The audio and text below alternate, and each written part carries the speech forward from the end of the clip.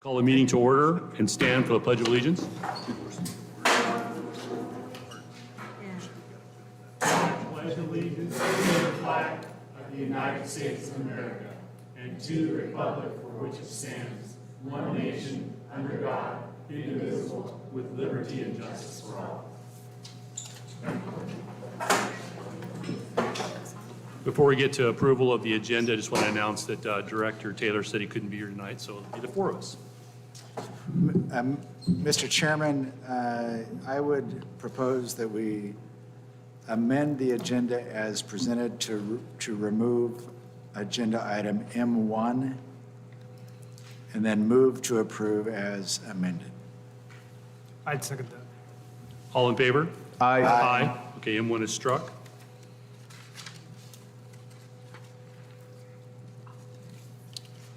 Let's move on to comments from the public. Mr. Chairman, we had one comment from the public submitted today. If I summarize the commenter made 4 points, expressed concern about Maple Lawn staff not being consulted in the process of decision-making about closing Maple Lawn, expressed concern about communication and transparency from families. Mic closer, please. Is this close enough? There we go. You might just move it up. Express or appreciated attempts for sharing preschool alternatives, but they are too expensive, alternatives to Maple Lawn, and expressed what Maple Lawn meant to the commenters' children, stated higher expectations of leadership in the future. That's our one public comment. I'll respond to that in my report. Okay, now we have some board business, if you guys want to talk about anything. Or I guess we can do board member reports down below. I think there's really no board business. And we'll, wait, did you have something right now? Just have to congratulate, first, all the students that participated in winter athletics or extracurricular events. It's such an important part of the high school experience that I think that sometimes we can forget. Want to specifically congratulate the South Albany girls basketball team. First time that program has trophied, if you will, the state tournament. They finished third in the state, and they just great job, great bounce back from a tough game they could have maybe had a shot at Friday night. So just very proud of them and the work of all the students who participated during the winter season. Okay, we'll go ahead and go to superintendent comments. So thank you, Chairman Wilson. A few quick comments as well. I want to also recognize the West Albany boys basketball team, and I'm sure our student representative here will take care of that. And I also want to recognize and just acknowledge that a student, Donovan Faley, from the South Albany student body, was involved in an accident after the Thursday night game and is still hospitalized, and our thoughts and prayers are with him. And that there is it's not a GoFundMe, it is what's the name of the account? Caring Bridge account set up on their behalf. We wish him the very best and the best outcome that can be given to him.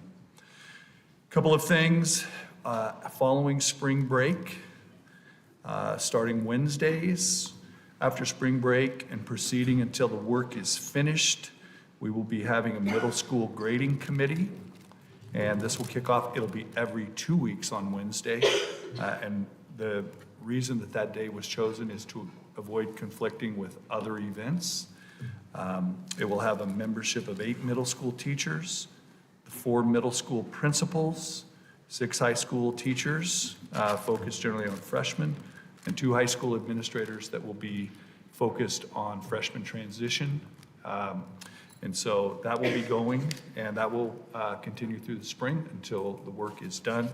And just a reminder about the mission, it is to look at greater accountability as well, specifically the 50% grading, among other things, in the whole surround of middle school grades.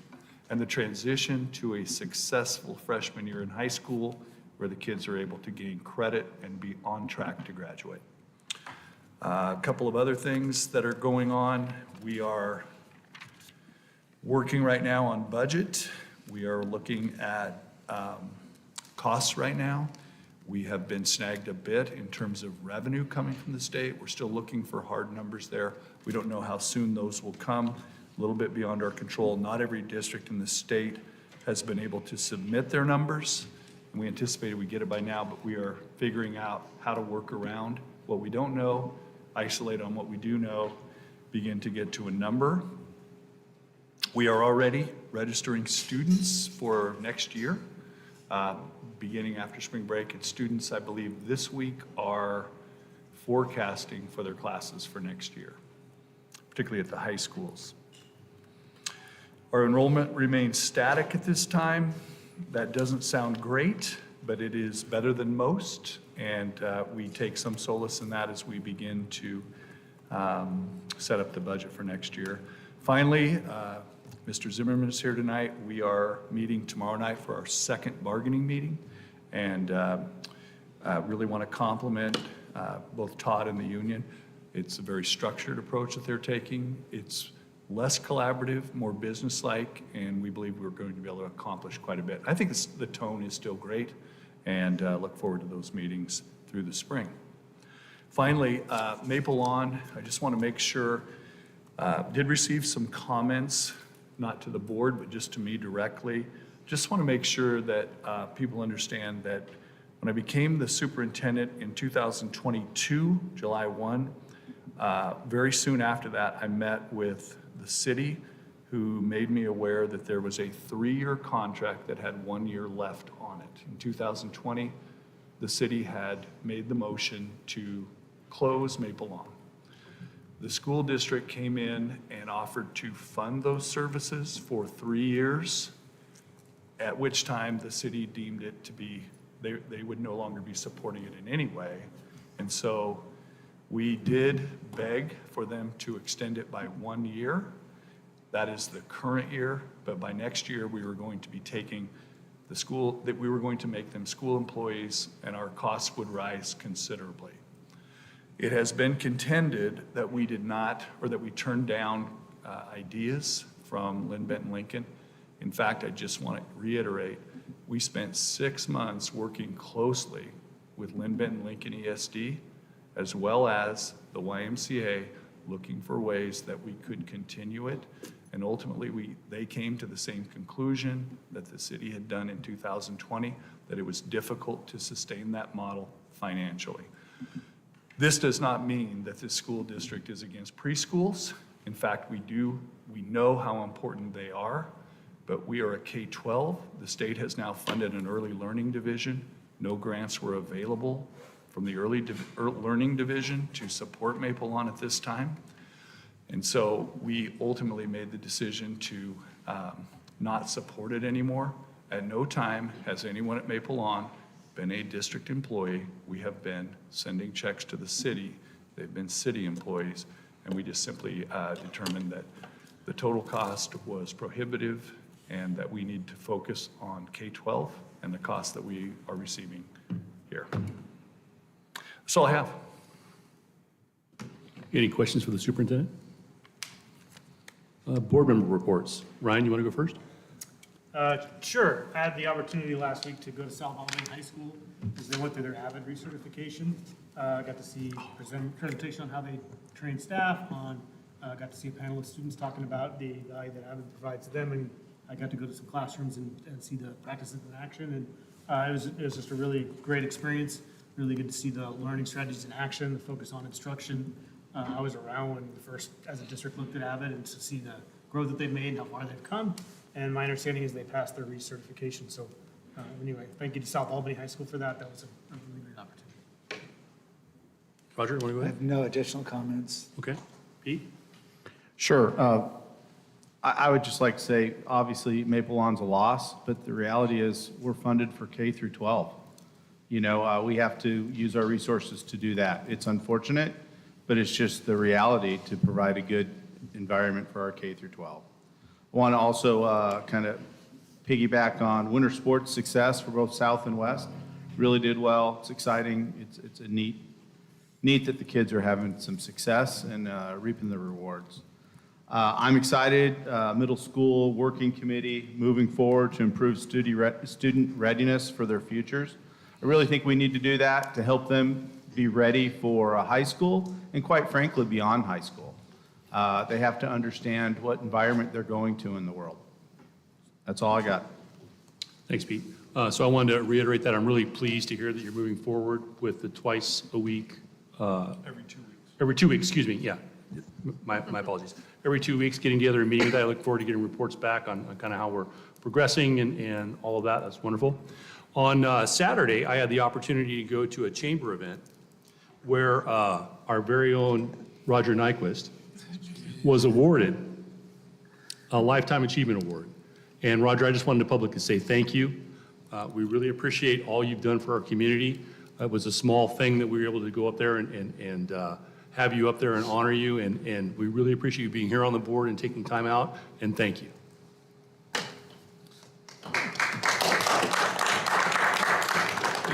I want to thank all of you for your best attempts to keep me out of trouble in this public environment. I appreciate it. Okay, student board member reports. Raphael is not here tonight, so I'll read his stuff. Hadley, if you want to go first. So for Environmental Club, West and South clubs had a scheduled planting this Saturday at Periwinkle Park, but it was unfortunately canceled due to the trees not being delivered. Swarm Robotics got to show off their robots at halftime during a roller derby show on the 2nd, and they also recently had a competition. Today, philosophy hosted psychology teacher Mr. Hall at lunch during their meeting. The High Steppers have state this week on Friday and Saturday. Golf had its first tournament today. The girls were in Salem and the boys at Mallard Creek. I know that softball and baseball have begun practices with upcoming games this week. A spring youth cheer clinic is on Saturday, April 13th, and is for pre-K through 8th grade attendees. Boys basketball had multiple games, winning against Thurston on the 1st, losing a very close game against Woodburn on the 6th, winning against Mountain View on the 7th, and finally winning against Redmond on the 9th. Overall, the boys took home 4th. Adams Family, West Albany Spring Musical, has tickets on sale for the following dates: March 14th, 15th, 16th at 7, and a 1 o'clock matinee on the 16th as well. Tickets are available online, and opening night was on the 7th. There will also be a drama night on the 13th, which is a showing of Adams Family for West students and faculty at a discounted price. The deadline for Albany Public School Foundation scholarships is close on March 15th, and senior ads had their deadline last week for yearbook.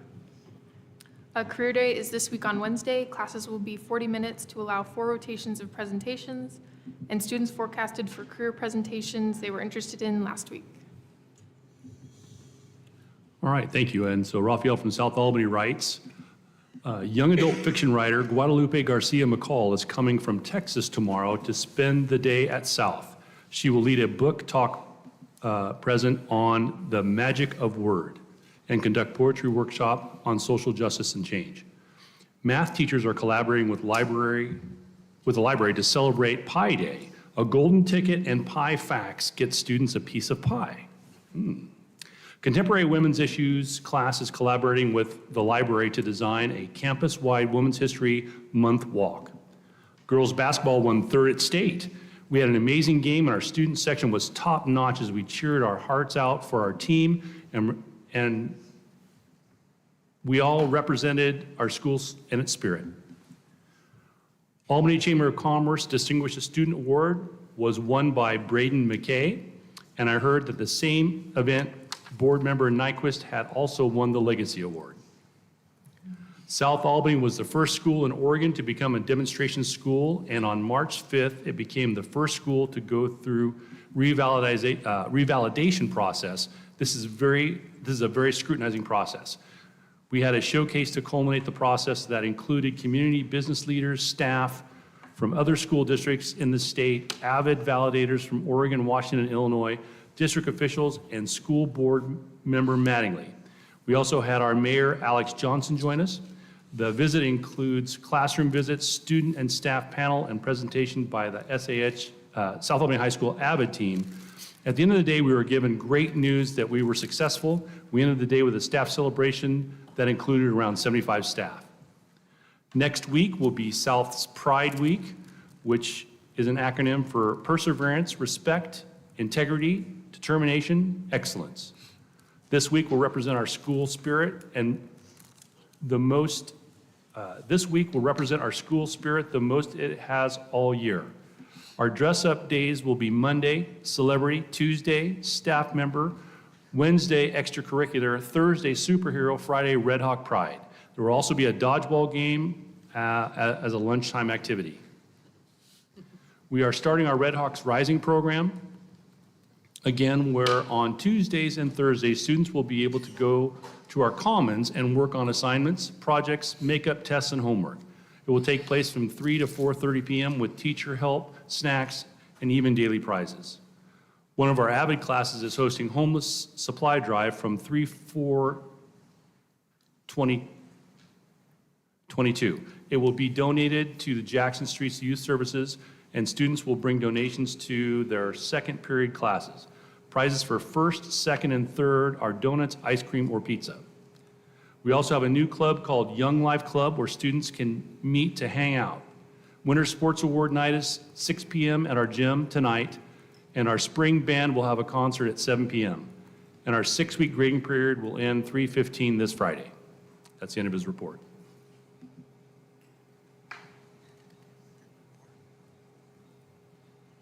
Okay, I believe now we're on to school report Meadow Ridge. It's a great pleasure to introduce Sunshine Price, principal at Meadow Ridge, and recognize also in the audience, but not presenting, Ashley Pope, the vice principal there. Welcome, Ashley. We were debating if she had to come up here with me, but, I'm sure she's disappointed. okay, let me see if I can share screen. Hang on just a second.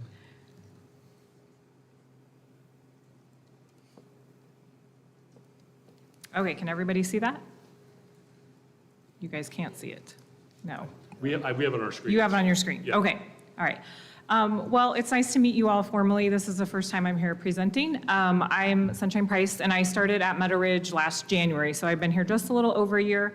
Ms. Pope has been here since the beginning of last school year, so we're both relatively new to Meadow Ridge. So we'll start out with our mission and vision. Meadow Ridge embraces a growth mindset, ensuring high levels of learning for all through high-quality, rigorous instruction and inspiring a compassionate, inclusive community that instills a love of learning. And our vision is to provide a nurturing environment that encourages all students to explore, learn, and succeed.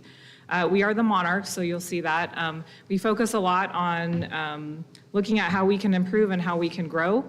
And then also as a staff, as a collective, how can we help students have the best educational experience possible? Okay. So the next slide talks a little bit about our demographics. You can see here some of the different student population. We are currently at 572. We've been up to about 576 students. Our school is growing. Last year when I came, we were around 540. So maybe many other schools in Gaps aren't growing. We are. We have a lot of new growth in buildings, apartments nearby, and just other families moving into the community. And so our numbers keep going up every year. All of our students have free breakfast and lunch, as in other schools. Our ELLs, our English language learners, are at 8%. We have 7 different languages represented at our school. You can see some of our staffing. We have a very large staff, 77 staff members total, including 38 certified and 39 classified.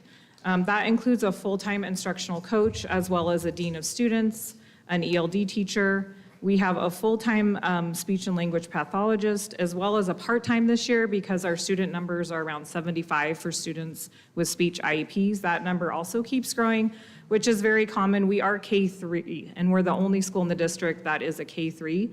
It's a lot of little people. So if you haven't been to our campus, you should come by. Come and watch a dismissal. It's kind of a work of magic that we can get almost 600 kids in and out of the building and to the right adults every day consistently. If you've driven through our neighborhood, not today because we had 2 canceled bus routes, but we've worked to really improve the pickup and drop off in the community, and so we've heard positive things with that. So You can see our average class sizes. Our kinder has gone up slightly. Last year, we averaged between 18 to 21. We were reduced from 7 kindergarten teachers down to 6 this year because of budget cuts. And so those numbers are around 23, some are up to 24, 25. Our largest class size is at 3rd grade. We have 6 classrooms at every grade level, K through 2nd. And then at 3rd grade, we have 5 classrooms. So those classrooms are at 28. We might have a couple that are up to 29. And we have about an 80% average teacher retention rate, and 57% of our teachers have 3 or more years of experience. We do have a relatively large number of teachers that are 1st, 2nd, maybe 3rd year teachers at our school. This is our student report card, the school year at a glance from ODE. We have some areas of strength and some growth areas. This only represents 3rd grade. So when you look at the student demographics, those are all accurate for K3. But when you look at, and so for example, regular attenders, 54%, that is an area of growth. That number reduced this year, which was kind of a surprise, especially coming back from COVID. Last year, we didn't have any of the mandatory quarantines or anything. We'll talk a little bit more about some of the things we're doing to fix that. Our English language arts scores dropped 6%, and our math dropped 10%, which is very concerning. The thing to keep in mind, 3rd grade scores are typically the lowest that you see overall. As kids start to move up, those scores increase by 5th grade. And it's comparing kind of apples to oranges. So it's comparing one cohort of 3rd graders to a totally different group of kids the following year. It would be nice to see where those kids go. You'll maybe hear about that in the Timber Ridge presentation. We do not test for science. That's given in 5th and 8th grade. And if you look at the next slide, it talks about some of the other numbers of teachers, educational assistants. It also goes into some of the demographics as far as percents with individual subgroups. Some of the concerning things you'll see with students with disabilities and also English language learners, those percentages on state tests are much lower than we'd like to see, and that is a focus group for us that we are working on improving. Some of the points of pride and promise, we've really been working to build strategic systems and protocols. When I came in last year, there were, I'm sure it's not a surprise, there was a lot of things with behavior going on. We've really worked to establish clear systems of support and to just really streamline those so that people know what the system is and that there's follow through and accountability at all levels. We have been including all of our students are in interventions. Some are in interventions where they're working on reading skills that they're missing, and other students are receiving extensions. So if they're on or above grade level, they are still involved in small groups, but they're receiving other supports or extensions that those students may need. We have a really strong instructional leadership team that includes a representative from every grade level, as well as special education, English language development, and some other, we have actually a classified staff who's also just joined our team. And we go to that team to seek input for a variety of things, and overall to enhance our instructional level. That team acts as leaders with the other teachers and with staff, and they also help plan and implement professional development and lead staff meetings. We've been looking at some great collaborative professional development. This year we've been piloting something called Pineapple PD. That term was new to me. But essentially it's taking teachers who would like to open up their classroom and invite other teachers to come in and observe, or instructional assistants. And so those teachers are showcasing or highlighting a skill or a new activity that they're doing, and other teachers get to go in and watch. And then kind of debrief afterwards. So that's been a really positive thing and has got a lot of great things going with our school culture this year. So that's been really exciting. Some of the other things that are also at other schools, social emotional groups. We use DESA like all the other schools. I know you guys have heard about that a lot this year. We're working to improve our school culture. When you have a staff of almost 80 people, a lot of people don't know each other's names. I know when I started there, I had to look at the picture from the yearbook and kind of study all of the names. So just getting staff to know each other is a challenge in a school of our size. Some staff may not run into other people throughout the week, and so that's something that we're really working on. We're also working on that culture with our families, and we'll talk about that a little bit later, but we've been really working on proactive, positive communication with parents. And that was things like starting the year out with a positive phone call home, sending a postcard. A lot of our teachers sent postcards to their whole class to welcome them to the school year. And we're trying to do a lot of other things to really make families feel welcomed and invited at our school and have a better understanding of kind of what goes on day to day. Our garden is growing. We have a huge campus, and we're fortunate to have a garden. We've been doing things like tasting tables this year and some other really great things, and we hope to see that continue to grow. And if you've seen our campus, it is beautiful. We're very fortunate to have an almost brand-new building. This is a little bit more of the ODE data. If you look at our levels here, our English language learners and our students with disabilities, it's a level of 1 to 5. We are at a level 1 of those subgroups, and so those are definitely groups that have been focal points for our school improvement plan. What are some of the barriers and challenges as well as supports? One of the things is lacking a consistent curriculum for our special education classes. We are supplementing and providing resources, but we don't have a common curriculum district-wide that is utilized in our special education classes. And so we've been supporting that. We've also been piloting a new SPED model this year, which we really see as a positive and a celebration. We're really working on inclusivity. Last year we had 1 regular resource room and 2 rooms that were STAR programs or self-contained for students with higher needs. This year we have 1 classroom. It's no longer called a STAR room, but it's support rooms A, B, and C, and they kind of go in levels. So support room A is the lower level of support. They're primarily in the general education classroom. Classroom B is kind of a hybrid between the two. So a lot of those students are kids that maybe last year were more in a self-contained, but with additional support and staffing, they're able to access more of the general education curriculum. And their staff are able to push into the classroom with them and provide that support. And then we still have the 1 classroom that is that self-contained classroom. So it's been exciting to see that this year. We've also had an increase in newcomer ELL students. We've had several students from different countries that have joined us, and our ELD teacher has been working to develop some newcomer groups to provide additional supports for those students. Kind of working on some of those really basic English skills that you need to just, where's the bathroom? Some of those things that a student coming from another country with limited English really needs some of those basic English skills. And that's in addition to their regular ELD time. We're also able to provide more supports. We received an increase in FTE with our ELD teacher this year. Last year we had 0.8 and we were able to increase to 1.0. We shared a teacher with Timber Ridge last year. And now we're very fortunate to have her full time, and that's allowed us to focus on these newcomer groups and some other push-in supports for students who need that. A barrier or struggle has been lack of classified or licensed substitutes. There's been a lot of sickness going on. Last week we averaged 18 absences daily. And so some of those get picked up. I would say a lot more of the teacher ones do, but it kind of depends on the day. Majority of the time, the classified ones do not get picked up. And then that means that other people on campus are having to cover those duties. And then a lot of times intervention groups aren't getting covered if we just don't have enough staff. And so that is a barrier for us. Another challenge is decreasing attendance percentages. To be proactive about that, we have started an attendance cadre. We're doing a lot of positive initiatives this year to help increase overall attendance. In addition to that, we are targeting the students who are kind of in that yellow zone to try to prevent them from going into the red zone. We're focusing our professional development on high impact strategies, so things that are engaging. We've done a lot of PD around math this year. We had a consultant come in to work with us. Everybody's really loved it. It's fun, it's hands-on. If you get to come and watch kids doing, it's called fruit salad, but essentially differentiated math time. And that's been a lot of fun to see that happening. And then again, we've had staff development led by our instructional coach and our instructional leadership team. We've also been able to provide a lot of instructional supports for our classified staff.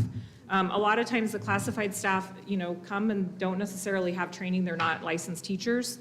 And we're like, here's a group of high needs kids, good luck. And so we're really trying to support them, model strategies, and just help guide them. And that's been the feedback we've received from them is they want more support and more coaching on behavior and instructional strategies. And we've really worked hard to try to provide that. One of the other challenges I would say is lack of resources to support students. Given that we have a lot of little people in K-3 running around the building, we have an increased number of students in special education overall. That number is gradually going up each year. In addition to that, we have many medically fragile students. The school nurse is at our school 2 days a week, and then we have a classified employee who probably about 75% of her job is to do medical needs, and then we have other staff that are also delegated. But there are a lot of kids with severe needs, and it takes a lot of staffing to be able to meet the needs of those students.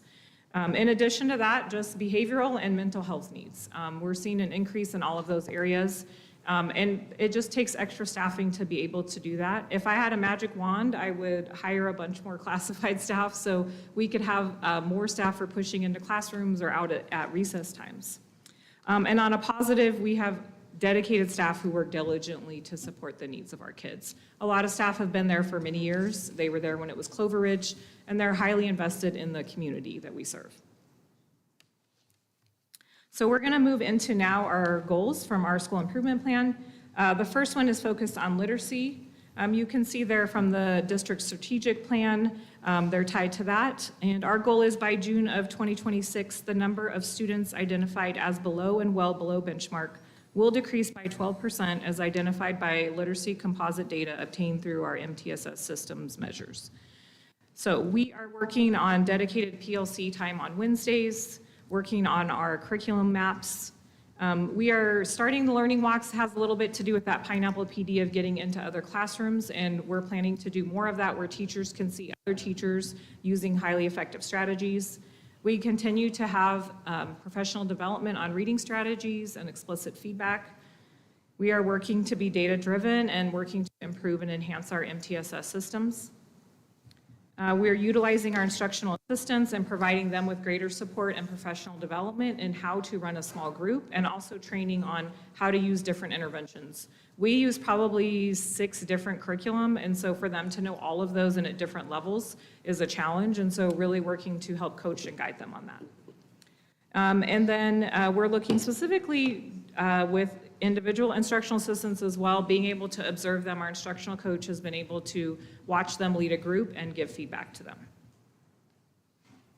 You can see here, this is data from iReady. So it has our total number of students on there who took the test. You've probably seen this many times, but green is good. So green is either on or above that kind of shaded area there. 130 students, 24% are mid or above grade level. We have approximately 21 on level. This is school-wide. And then in the yellow, you can see 40%, and then the other end is 15%. I will say this data is skewed slightly in that this only measures, in the red, is students who are 3 or more years below. So if you consider that our kids in first grade or second grade, it's not going to show there. So in all reality, some of those yellow might be in the red, but that's not going to show up on that data point. This just shows our progress toward meeting their goals, and at this point, we're on target 50% of progress towards typical growth. This test was given the first part of January when we first came back from break, so not quite mid-year, but close to it. We would hope to see that continue to grow as we move into the spring. You can also see where some of the percentages were, and we have seen kids move from the red to the yellow and from the yellow into the green. Our second goal for our SIP plan is related to behavior. Our goal is to reduce the number of referrals by 10% each year as measured by Swiss data. We have our foundations team as well as our Swiss PBIS team. We meet multiple times during the month and review data. We have daily SEL. We've started doing morning meetings this year, which is something new. Kids start every day in a circle, checking in with each other, and then doing an activity together. And then they work on some type of social-emotional goal together. We also meet weekly with our SOAR team, which is our behavior support team. We meet to analyze yellow zone and red zone data. We're able to track kids and look at growth and see what additional supports are needed. And we're working on improving our school culture and that attendance piece. Our motto is "You belong at Meadow Ridge."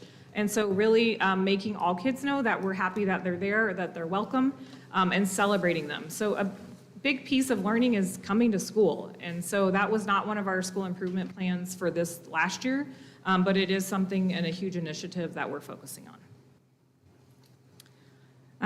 Unfortunately, we don't have Swiss data to show you. The systems with Synergy and Swiss are not syncing yet, and so we're not able to pull the same type of data that we were last year. We're still hopeful that those will sync. So what we have here is some of the information from DESA. You can look at this. 96 students participated in small groups focused on friendships, feelings, and self-control. And then we are really focused on interventions that prevent escalations. So if you look at this from the pre-data to the mid-year data, you can see that our overall number of kids in the green that are showing strengths is increasing. And so that's helpful for us to look at from the fall to where we're at now. And we hope to see that number continue to grow. Some other data points are safe and civil schools, which is given 3 times a year. A couple of these down at the bottom were taken from students. 67% of kids say they strongly agree or agree that they feel safe on the playground. In the classroom, that's up to 87%. We're really excited about the classroom number, and the playground's not terrible, but it is an area of growth. And I think that just comes back to us ensuring that we have appropriate supervision out at the playground. I do think that playground is where we see more behavioral referrals when we look at our student numbers. And then up above, students are proud to be a part of the school. That was from the parent survey, and 96.4% of our parents agreed or strongly agreed with that statement. And we've seen those numbers increasing since last spring. So it's comparing last spring to this fall. Our last goal was on family engagement. Our staff really felt strongly that they wanted to focus on increasing parent engagement. Kind of as a newer school, there maybe were traditions they had at Clover Ridge that some had carried over and some hadn't. The school opened in the middle of COVID. And so we're still kind of establishing who we are as a school. We are working to increase and strengthen a system of pathways and feedback to increase engagement with all stakeholders. And our plan is to increase engagement by 10% each year, as measured by a parent engagement survey. So we've put out an initial parent engagement survey to get feedback as to what types of events they've attended or what kind they would like in the future. And then this spring will kind of be our baseline data. We'll be giving the survey as to which events did you attend. And then each year we would hope to increase that number by 10%. We've created an events committee. That's something that was new this year, and that has representation from different staff members. Just having more activities for families to do, creating an activity calendar. We have a monthly newsletter that goes out. It's a digital newsletter through SMORE. We can track how many parents are opening that as well. Each classroom or grade level is putting out a monthly newsletter to families to let them know what they're doing in their classrooms. And then we're collaborating with our PTC, our parent group. We have an amazing parent group who is very supportive and likes to fundraise and support us. So talks about a little bit of some of these things. We've also started a room parent thing, which is essentially a parent who supports that teacher. If they're having a party or planning a field trip, that parent can kind of be a key communicator and reach out to other families so that take a little bit of that weight off of teachers. Those are some of the annual events that we've been doing. Again, we're focusing on a positive school culture. We're eventually hoping to have a rock wall. That's a goal of ours. We've been fundraising through our jogathon, and we're hoping to add a rock wall in our Ox Gym. And we've done a lot of other fun things. School Spirit Weeks, we just wrapped up Read Across America, did a lot of great things with that. And so those are just some of the things that we've been doing this year at our school. And there's a few pictures of some of the events. Finally, what do people say? There's some great quotes in here. Meadow Ridge is the best school because the teachers are really nice and fun, from a first grader, Mackenzie. Jacob, a second grader, shares that we have a cool school store and I get to be creative in class. Tegan, a third grader, says, I think it's the best because most of the kids are really nice and the teachers teach in a fun way. A first grader, it actually autocorrect at first said I learned, but anyway, I learned how to hit, which was an anonymous first grader. One of our third grade teachers said, I get to collaborate with staff and everyone is helpful with each other. One of our classified staff shared, my experience is that everyone is friendly and collaborative. A substitute who's at our school frequently says, I like working at Meadow Ridge because of the community and involvement. And one of our parents, who's our PTC leader, said, Meadow Ridge has been a supportive, safe environment that has allowed our children to thrive academically, develop healthy friendships, and build strong self-esteem. The school culture promotes respect, inclusivity, and thoughtfulness. We have been so impressed with the staff at Meadow Ridge as a parent. From office staff, teachers, aides, to the principal, and so many staff members have developed personal relationship with our children as well as our family. We were anxious that such a large school, our kids would be just a number, but that is exactly the contrary. We are grateful that the kindness and support that we have received from all of the hardworking, caring people who choose to work at the school. That's everything. Anybody have any questions? I do. Thank you. Great report. Thank you. Thank you for the great work. You mentioned not being able to get data. So just as a practical question, I guess, are you able to access math progress reports and English progress reports to see how you're doing from week to week or month to month particularly? So the data I'm referring to is specifically with Swiss, which is the system that we use to track behavior referrals. So we have those, we're still tracking them it's on a Google spreadsheet. And that Google spreadsheet syncs with Synergy, which is our data management system. And then Synergy is supposed to sync with Swiss. Right now, that's the piece that's not working. So we have the data, but it's literally, you have to go through and tabulate. And so whereas before I could just pull up and say, I have 20 referrals in the cafeteria on Thursdays, it's not as accessible as it is. The other piece I would say is that, to be transparent, last year, we didn't have great systems in place. And so the data that we have from like last fall, I don't think is terribly accurate as far as the number of referrals. So we've really put systems in place. Our number of referrals from the fall to the spring actually increased. I don't believe it was because we had more incidents happening, but we were doing a better job at being consistent. So that data-driven decision-making where we're getting all staff members to write the referrals. What are we writing them for? So we've created a lot of those systems in place so that we can be consistent and be documenting things. As far as math and other things, teachers are able to enter in their grade book, but it doesn't, teachers can access and have access to how their kids are progressing in there. We do iReady as well, but I would say the majority of that is from unit tests, chapter tests that they're doing, and then kind of that day-to-day progress, formative assessments that they're doing in the classroom. So teachers must then feel like they have the tools they need to have the data available and to track. Yeah, I how would that's say going. we definitely have a lot more with reading because we do formal interventions with that and we have multiple intervention curriculum. Math, we don't have an adopted intervention curriculum for the district, but we do have other ways that we're tracking that data. And so I would say, yes, teachers have access to that data. They also review data in their PLC meetings, and then we meet as a staff to do our core review, and that's how we're making those reading groups and looking at student progress over time.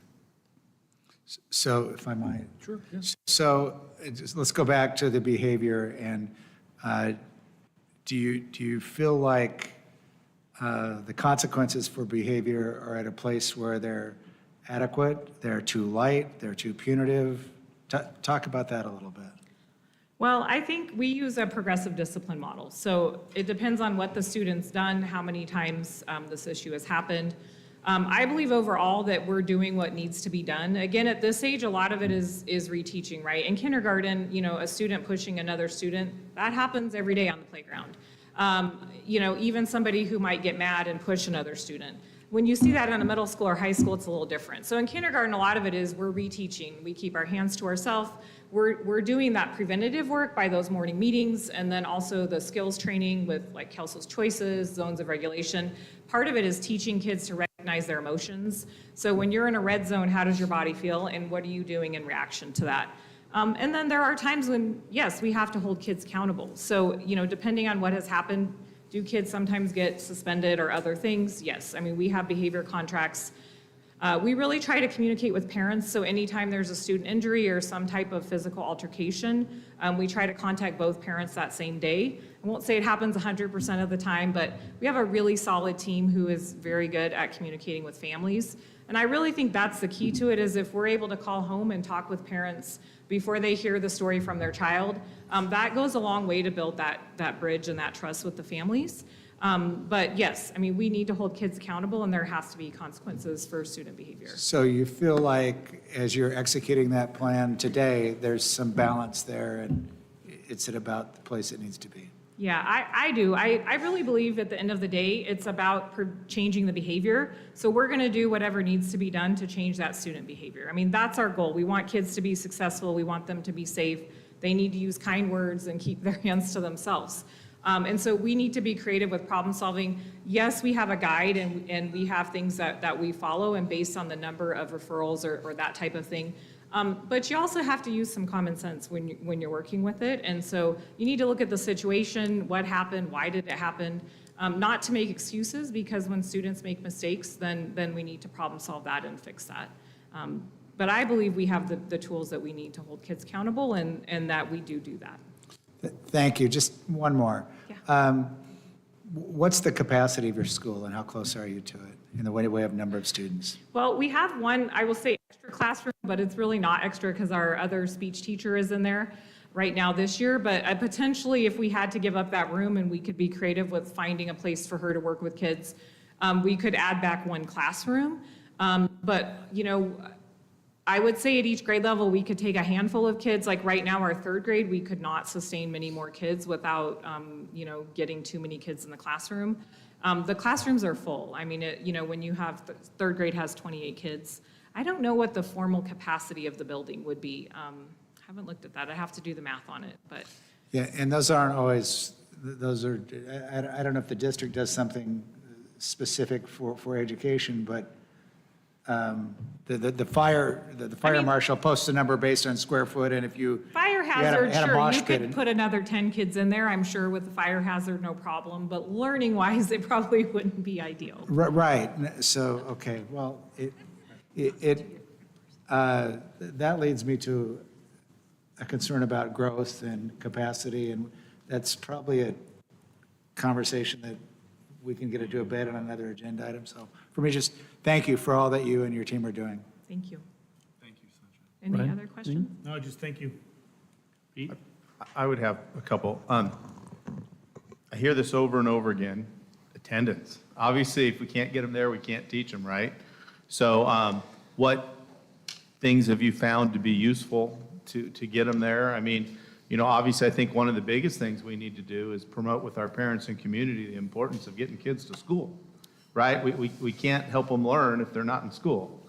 But anything that you have found to be extra useful in that regard?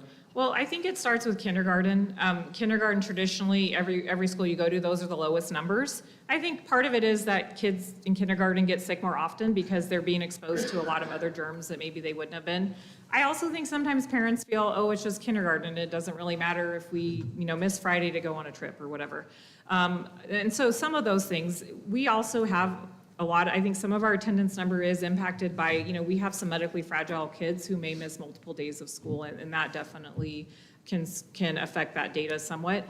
But I think the biggest thing is some of these positive initiatives. So one of the things we've been doing is instead of blaming individual kids, trying to make it positive. So we've been doing 100% days. So some of the things, for example, would be we have someone who goes, our instructional coach, goes around with a cart with a bunch of prizes and goes room to room. And okay, does your classroom have 100% attendance today? Awesome.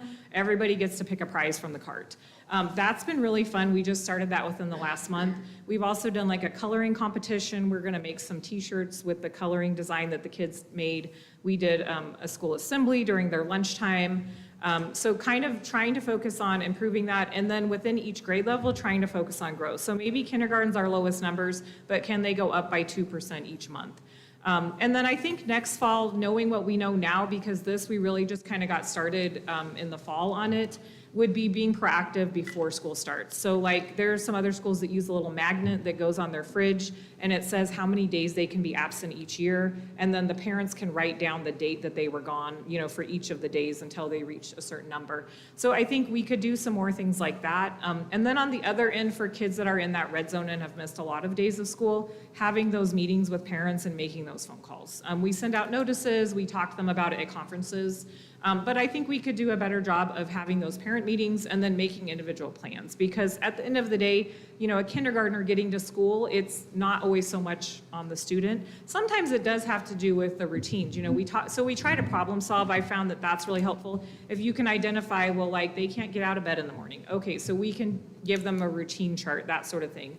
Or incentivize the student. Maybe they don't want to come to school for whatever reason. How can we understand why they're not wanting to come to school? So then we are able to motivate them with different incentives. And just right now we're starting a new thing where we've taken our kids in the yellow zone And each staff member is picking 1 or 2 kiddos, and then they are kind of the case manager support person for that student, and just checking in, hey, you came to school today, awesome, great job.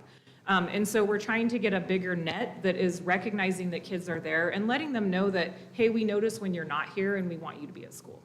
So those are some of the things. I don't have a perfect solution. If you guys do, let us know, but we are definitely working on attendance. Thank you for working on that. Seems like it's something we all need to do. Thank you. Thanks, Sunshine, appreciate it. Thank you. Adley, you've got homework. Mr. Chairman, at this time, we'll introduce Jody Dudera from Timber Ridge, principal there, and recognize as well in the audience her vice principal, Andy Wynn, who apparently is not going to be a part of the presentation. I do want to recognize Ashley Pope and Andy Wynn. Went to the ice swim on Saturday. Both of them were there, doing great work. Appreciated seeing them out there. Thank you. Thank you for the opportunity to be here this evening. And I do have to add in also that Andy Wynn did perform in our school play this weekend, and he volunteered to come up and stand next to me, but I told him I think it would be best if he sat over there. So anyway, we'll see if he's making faces in the background. What was the You can role let in the me- play, if I may? He was the real Don Juan, so at the end, Well he came done. out and, yeah, he could share with you more later. Anyway, I would but he look did a for great job, so. Pictures. Yes.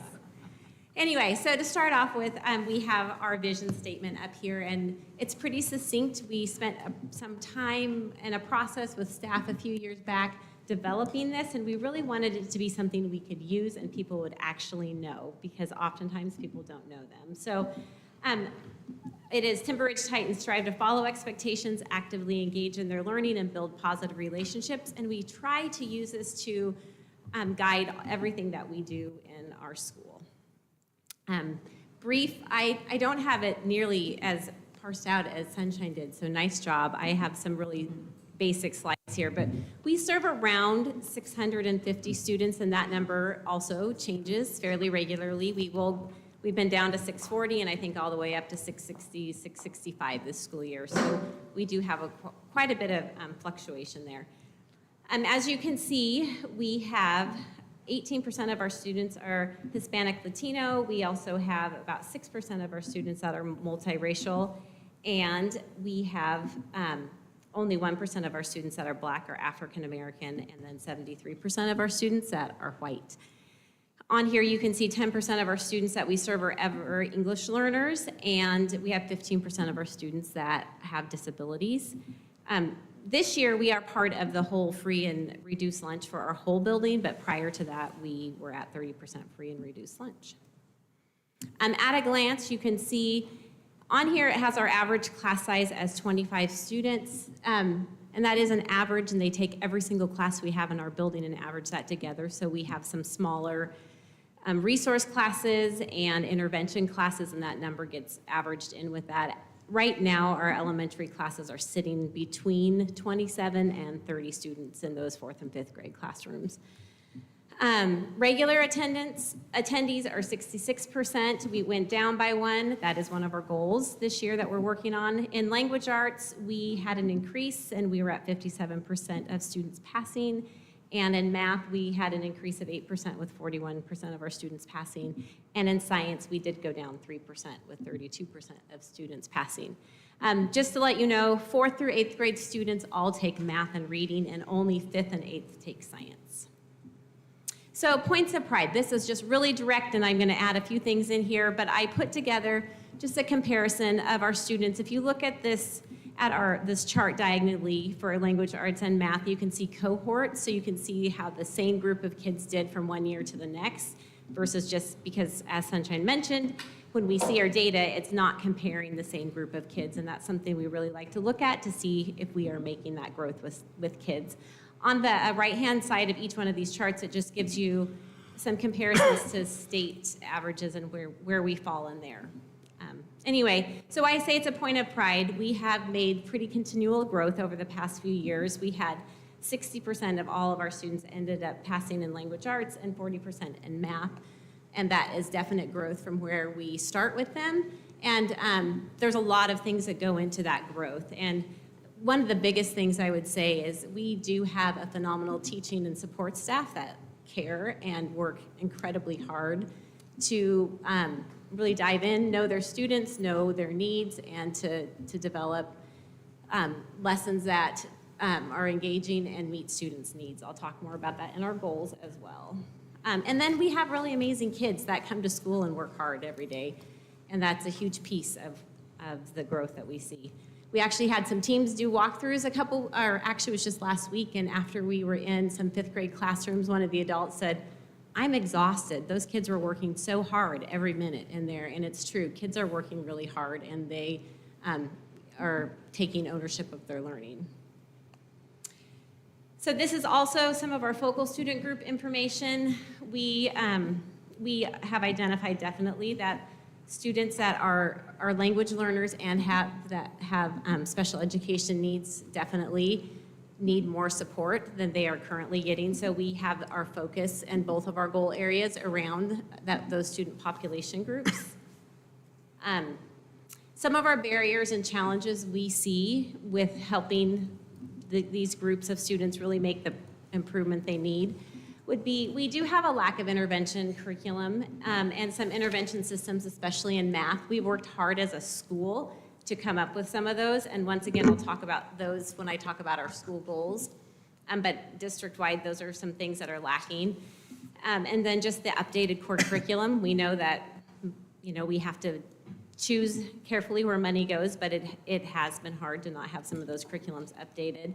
And then for us, we lack of ELD and SPED staffing. We have 4th through 8th, so we run 2 different bell schedules, and currently we're sharing our ELD teacher with another building, and that just gets tricky because you're trying to fit all these needs into 0.7 of a person. And we have had an increase in newcomers and just the need for our ELD students. And then our SPED programs, I think our students with special needs can always use more support, and that gets challenging to figure out how do we best serve students. We would love to be able to do more push-in, but it gets challenging with the amount of staffing we have. So the things that we'll do to ensure support for our focal groups is just continue to work with our PLC teams to incorporate instructional strategies to support equitable outkids of our focal group. And one of our main things that we're focusing on this year is really upping our student engagement and student talk.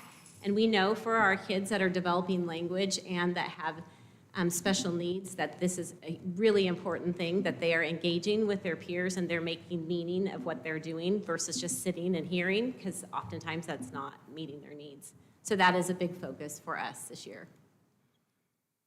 You can see reading, this is our iReady data, and it shows you, the lower bar is beginning of the year, the top bar is our winter data, and this shows you, it's a snapshot. If we took our SBAC testing as of the winter time in January when this was taken, this is how our students would most likely perform on the SBAC testing. I went ahead and just did another chart because I guess I like charts and numbers. It just shows goal, where we started in the fall and where we are at in the winter, and then just the growth we've made, and I broke that down by grade level. And some of our priority actions we've committed to help our students. And we do have a very strong MTSS process. We do 3 times a year, we have a core review meeting, and we have, I didn't write this in here, but our AVID instructional site team really works hard at also looking at our school-wide data, and they really pair with, when we do our core review meetings, we work at having a menu of things that we have for teachers to look at to see what things can we do to really promote growth for our students, and then we try to make sure all of these things align. There's so many things coming at our teachers all the time, and so the more we can line up those arrows and getting them going in the same direction and helping them know where it's pointing is very helpful. And so I'm super blessed to have an amazing AVID site team and a really strong literacy specialist and instructional coach that really help us make those decisions and guide that work. And through that, we have pretty focused PD on collaborative strategies to promote language development, student engagement, and higher level thinking and learning. And like I said, we try to just make that as visible to staff, like this is where we're starting, this is where we're ending, and really giving them that through line so they know where they're going. We do have reading interventions for students identified through our MTSS process, and we are continuing to work on training our staff who are delivering those reading interventions. Our other goal area is math, and it's the same format here. You can see where we started in the fall. Our math scores are kind of dismal looking at this point. Hopefully we're going to be making more growth. Once again, you can just see a chart of where we started, where we are now, and the amount of growth that's been made. And then some of our specific things, like I talked about already, a lot of the strategies we're using in math and reading are not that different when it comes to our core instruction.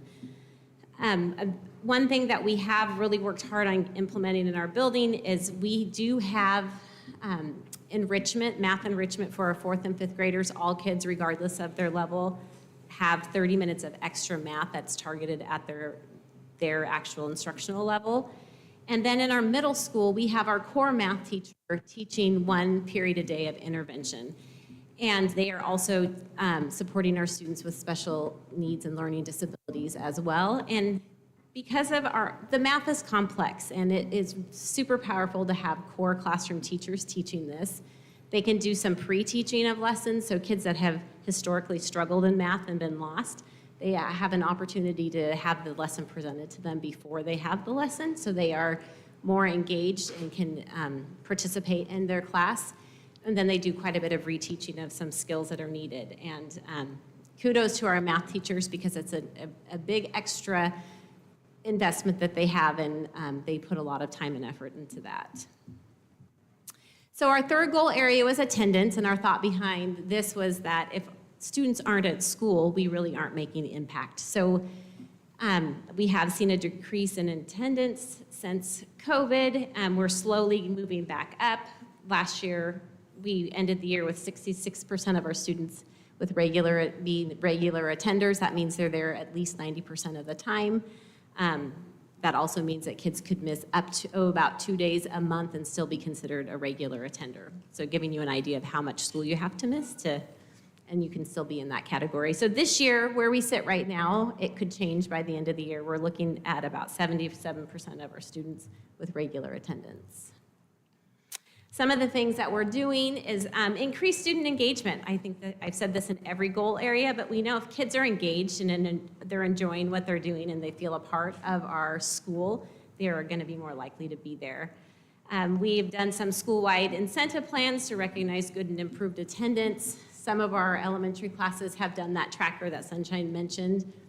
We've sent them home with parents, but also kids are tracking their own attendance and calculating how many days they're there each month. And then Mr. Wynn always goes in and gives them all timber tickets. If we have any class with perfect attendance, he's just a lot more fun and exciting, so he goes and hands those out. So we've just created really small things to help up that, just the focus on attendance. So then also identifying students from last year who were chronically absent and creating plans. Our counselors are a big piece of this, and they have incentive plans with kids that struggle to get to school. So they're doing regular check-ins with them, and they're charting their attendance, and they set goals with our counselors. And then also just the overall monitoring and sending attendance letters, making families aware, because sometimes people don't recognize how much kids have been gone. So just helping up that awareness. And then the last one, people say. So I have some quotes from a couple different grades. A 5th grader at Timber Ridge said, "I like that everyone shows kindness and makes me feel happy to come to school." We have a parent that says, or a teacher that says, "I have worked at Timber Ridge since the day the building opened. Professionally, the thing that has kept me here so long is the growth mindset. Because this building has an unusual configuration of grades, we have been able to consistently grow and try new structures and strategies to best serve our students. The teachers and administrators are open to trying new things and always have the lens of putting the kids first." A parent from our Safe and Civil Schools survey said, "We love this school, the staff and the students are amazing. Our child feels welcome, encouraged, and empowered." And a 7th grade student said, "When things aren't going good, I can talk to my teacher and it usually gets better." And that is what I have. Yeah, Roger, go ahead. Thank you. Thank you for the hard work that you and the team are doing. How close are you to capacity physically at that facility? How many more students could you comfortably take? Well, I know I should be able to tell you exact capacity. It's 720, I believe, is our capacity, maybe 730. So we have a little ways to go. We currently don't have any, we have one classroom that's only used half a day, but beyond that, every space is full all day long. So we would definitely have to do some shuffling. We have no more spaces for 4th and 5th grade classrooms. So currently our 4-5 hallway is full and we have one classroom that's in the main hallway. So we don't have a lot of room for growth. Thank you. Very little. Ryan? No behavior goal? We didn't have a behavior goal this year, and it's not that there's zero behavior, but I would say we have definitely we have improved behavior, and we have pretty decent systems in place to support behavior. And so, with that being said, I mean, if we had our triangle or our pyramid from Swiss, it would be great, but we were getting fairly close to the places where we wanted to see those. I mean, we do definitely still have red zone kids that have a lot of time and effort that go towards them and resources, but overall, we were getting really close to our triangle. So we felt like getting kids to school was super important, and making sure we had those improvements in our academics was where we really wanted to focus. Good, Not that that's there's awesome. never room for improvement, but we had made pretty significant improvement, and Yeah, so, do you feel like the systems are there? That's good. yeah. The other question, I don't know, did I see somewhere that you're going to be part of a pilot program for students in the foster care system? For students yes, you did. Can you talk about that, or is it too early for that? It or- might be a little early. I don't Okay. know exactly. Yes, there's a lot of details to work out. Okay, never mind. But hopefully that happens and we can have more support for our students, so. Okay, yeah. thank you. Yes. Pete? First off, thank you for what you do. I really like how the data shows we got a couple of years track history. I really like that. I guess congratulations on having 77% attendance. I mean, that's better than most, unfortunately, but that's awesome. So good job, whatever you're doing. Also, obviously, I really like the idea that we're seeing everything improving. Your numbers are great. Thank you very much for what you do. I enjoyed coming to visit a few weeks ago. Yes, thank you. It was great. They came and visited us on a Friday afternoon, the day of one of our very few middle school dances, so it was great. They were well behaved. They worked out great. Kids were good. Yeah. Jody, I have a question for you. On the 5th slide, the focal student group, you list talented and gifted numbers, and under English language arts, it's greater than 95%. What does that number indicate? That indicates our students that are talented and gifted are passing at 95% rate. Oh, I see. Okay, so it's not that there's 95% of the students are, but those who are Are, 95%? yes. Okay, thank you. Of the students Yeah, I identified as. didn't quite say, understand yeah. how that number was derived. No, sorry. Yeah, those are showing of the students identified in those categories, that many students are passing their SBAC. Thank you for that explanation. I Yep. appreciate it. Yeah, I just was trying to square stuff and that wasn't working. Nope. We present data in so many different ways, it's good to ask questions. I believe that's everything. Thank you so much. Yeah, thank you.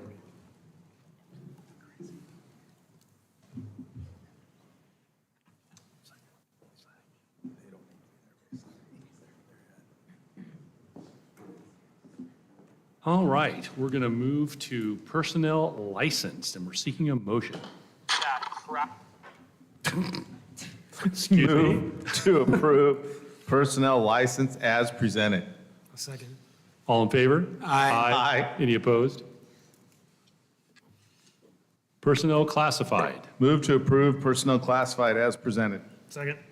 All in favor? Aye. Any opposed? Minutes from the February 26, 2024 board meeting. Move to approve minutes, regular board meeting 2/26/24 as presented. I would second the motion. All in favor? Aye. Any opposed? Contract renewals administrators. Move to approve contracts renewals administrators as presented. I'll second. All in favor? Aye. Any opposed? Okay, we're moving on to board policy KL concerns and complaints. Mr. Gardner. As you guys are aware, We have been working on the policy for complaints against staff, concerns and complaints now. And we present here the updated policy. You will notice the word concern and complaint is there, and there is a reason for that. It is to clarify that a parent can work through a concern without that can be done before they avail themselves of the complaint process. There is an expectation there for them. You will recall that we talked about multiple types of complaints that the district has. And you can see as well the blue additions as you flip through that. Is this an action item tonight? And it is here for the second reading and is an action item. Okay, do we have any discussion? Sure. I don't know if it's timely or pertinent or relevant, but I want to talk about it. So is this in part, you're talking about formal complaints to the board? Yes, exactly. And so we have, But one quick clarification, a concern or complaint would start with the building and the building administrator and then move through to the board. So there will be multiple opportunities for administrators to respond prior to coming to you. You're an appeals board. you Sorry. threw a wrench into the wrench I was going to throw into the process here. So let me, I'm tracking. So does this mean that from this point going forward that there would be no opportunity to make complaints directly to the board on any given Well, issue or person or performance? and you had said this, I think, so you had talked about the idea that board members should be free to listen to people from the community, and you were worried that this would take the place of that? I remember you speaking about that in a prior board meeting. I believe that I did, but I think what I am attempting to speak to now is we've wrestled with an open process in which anybody can make a complaint about anything they want to the board, and it triggers a set of actions by the board or by the district on behalf of the board, whether there's any evidence that the complaint is founded or not. And so does this address that?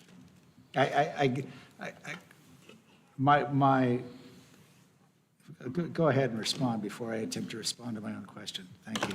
So one of the things that this would do is it's a complaint against staff member, for example, right? If someone came to the board and said, hey, we didn't like this, or this person was wrong, obviously the employee, if they were being complained about, we would want to give them a due process sort of procedure before it just came to the board. We would have to turn around and investigate something if there's a complaint. If there's an issue, clearly we would want to look at that as well before the board would take an action. What happened last year is without a complaint form, we had multiple times that people would bring issues to the board, and the board had no background. This assures that when a complaint does arrive at you, that multiple people have responded to it, and there's been a process to develop the information and decision at a lower level. For any and every complaint. Sort of. Give a definition of a complaint, Well, the definition is. or an example. No, let me get back to the definition. So we have a formal complaint process, and as long as they fill out the template of a formal complaint, merely the filling out of the document and filing it is a complaint. Correct. No matter A formal what it complaint. is, what it's about, Correct. there's merit to it or not, we can investigate it or not, the mere filing of a document triggers a set of actions. Yes. All documents. Yeah. However, you can get a complaint directly to the board if it's about the superintendent, because that comes to the board directly. So if the complaint is about the superintendent, it doesn't go to any other And a place board other member, I than would the think. board chair. And a So, board member, if it would go direct to the board correct. too. Yeah. Yep, yep. So other than that, yes, you're correct. Do we- I just wanted to clarify that. Do we differentiate between a complaint that I think you violated X rule, X policy, X in writing thing versus I don't like the way you spoke to me, or I don't like the tie that you wore today, type of complaint? So in the administrative regulation procedures that were put at the last board meeting, on the new updated complaint form, they have to designate what type of complaint it is, so that we know that it's a hazing harassment, it's a sexual harassment. They have to define it for us so that we know based on, if you look across all the complaint procedures in the different policies, they are a little different. And so once it's acknowledged what kind of a complaint it is, then it's the responsibility to go to that particular complaint to follow the process. And those are differentiated because they sit at times in different places in Yep. Oregon law, Yep. like an OCR Different harassment days, complaint. different reporters, different things drive, the law behind them drives it differently. So help me, I'm back to the question.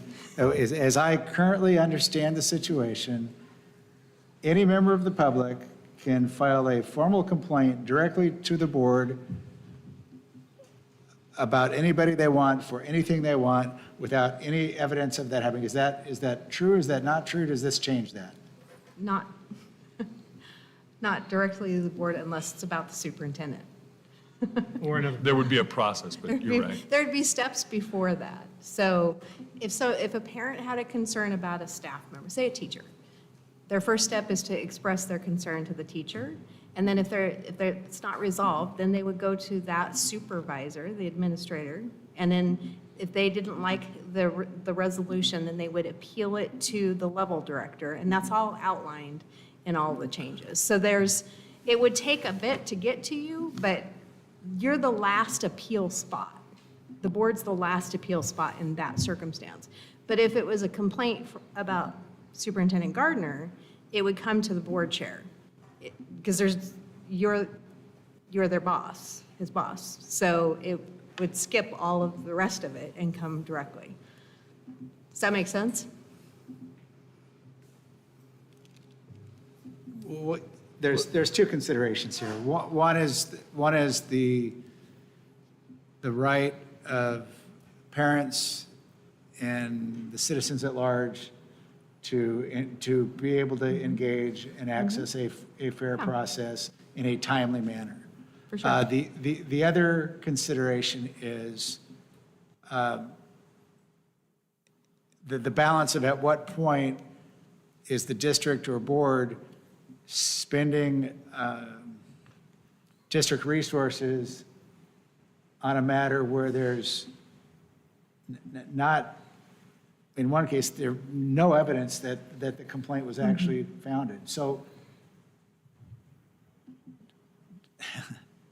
tell me about how this recommended motion up for approval tonight addresses that. I think in the case of at least one complaint, and I expressed concern at the time of the complaint, we spent taxpayer money investigating a formal complaint just because that process is available, to no positive outcome for anybody. Yeah, that would be a And I decision the don't like board doing makes. The board makes that decision, whether they investigate. So when it gets to you, it's a decision of your investigation. The other thing, Roger, I would add is last year, without a form and a process that had a form, there would be complaints to you, but we didn't have a methodology to refer them back to where they put it in place. And so there was quite a bit of energy lost without being able to have, for example, board members or myself just refer people. It starts here, put it in writing, and then we'll process it through. And I think that can also help with less resources and time expended. So I'm sorry, go ahead. I was going to say, it's going to provide a process. was able to kind of work with Chris on this a little bit. It's going to provide a process so that by the time it comes to us, with the exception of some other things, there will have been some work done on it, and there'll be some documentation accompanying it, so that when we receive it, we can make a decision whether it's worth pursuing or not pursuing. Where before, we didn't have that. We were just, hit with this complaint and had to deal with it from zero. So the administrative regulation that was at the last meeting outlines that in the appeal process of a decision, that they provide the letter that was sent to them with the decision, and then they describe what they want to appeal out of the decision. So they're telling you, this is what I want out of this. This is the change that I want from the decision that was made. And that's exactly what you said, Brad, that is different, is that it gives you that documentation of the things behind it so that you can make a decision on it. Pete, you had something? Yeah, I mean, I understand where you're going with this, Roger, because this is about a complaint about me, right, unfortunately, that there was no substantiated evidence that I did anything, but then we had to make the decision whether to investigate it and spend resources from the district or allow that to go forward. I don't know how we get away from that, unfortunately. The best way would be people don't make up complaints, but we don't control everybody.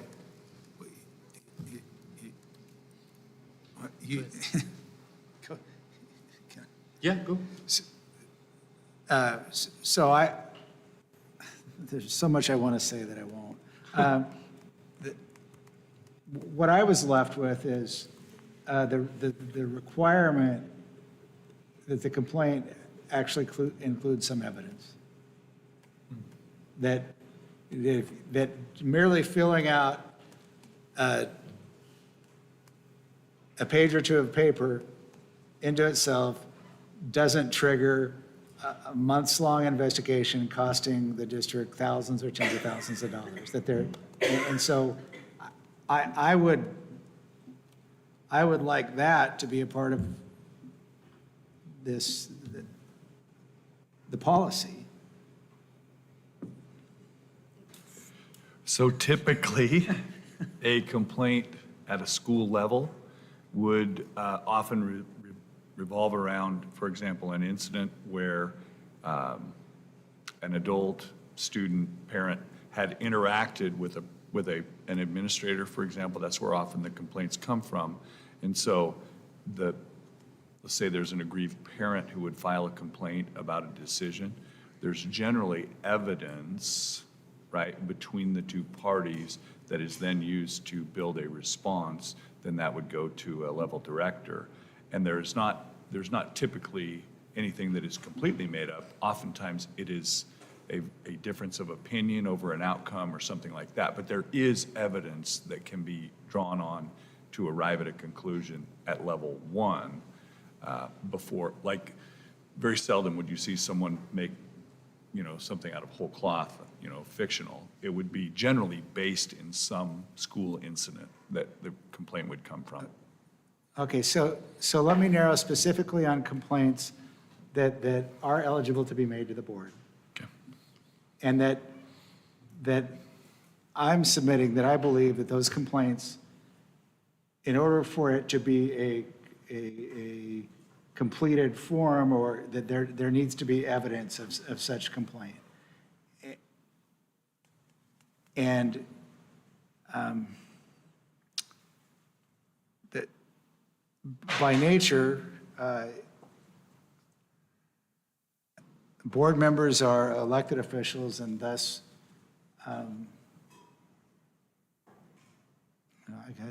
they're elected officials, and then members of the public engage in complaining against elected officials. And many times, many places, many elected officials deserve that criticism. However, I am not interested in having this board or future boards go down rabbit holes every time that happens and distract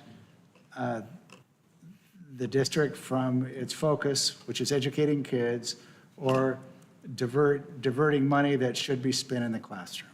And I'm talking in my mind, long-term governance policy here and how future boards avoid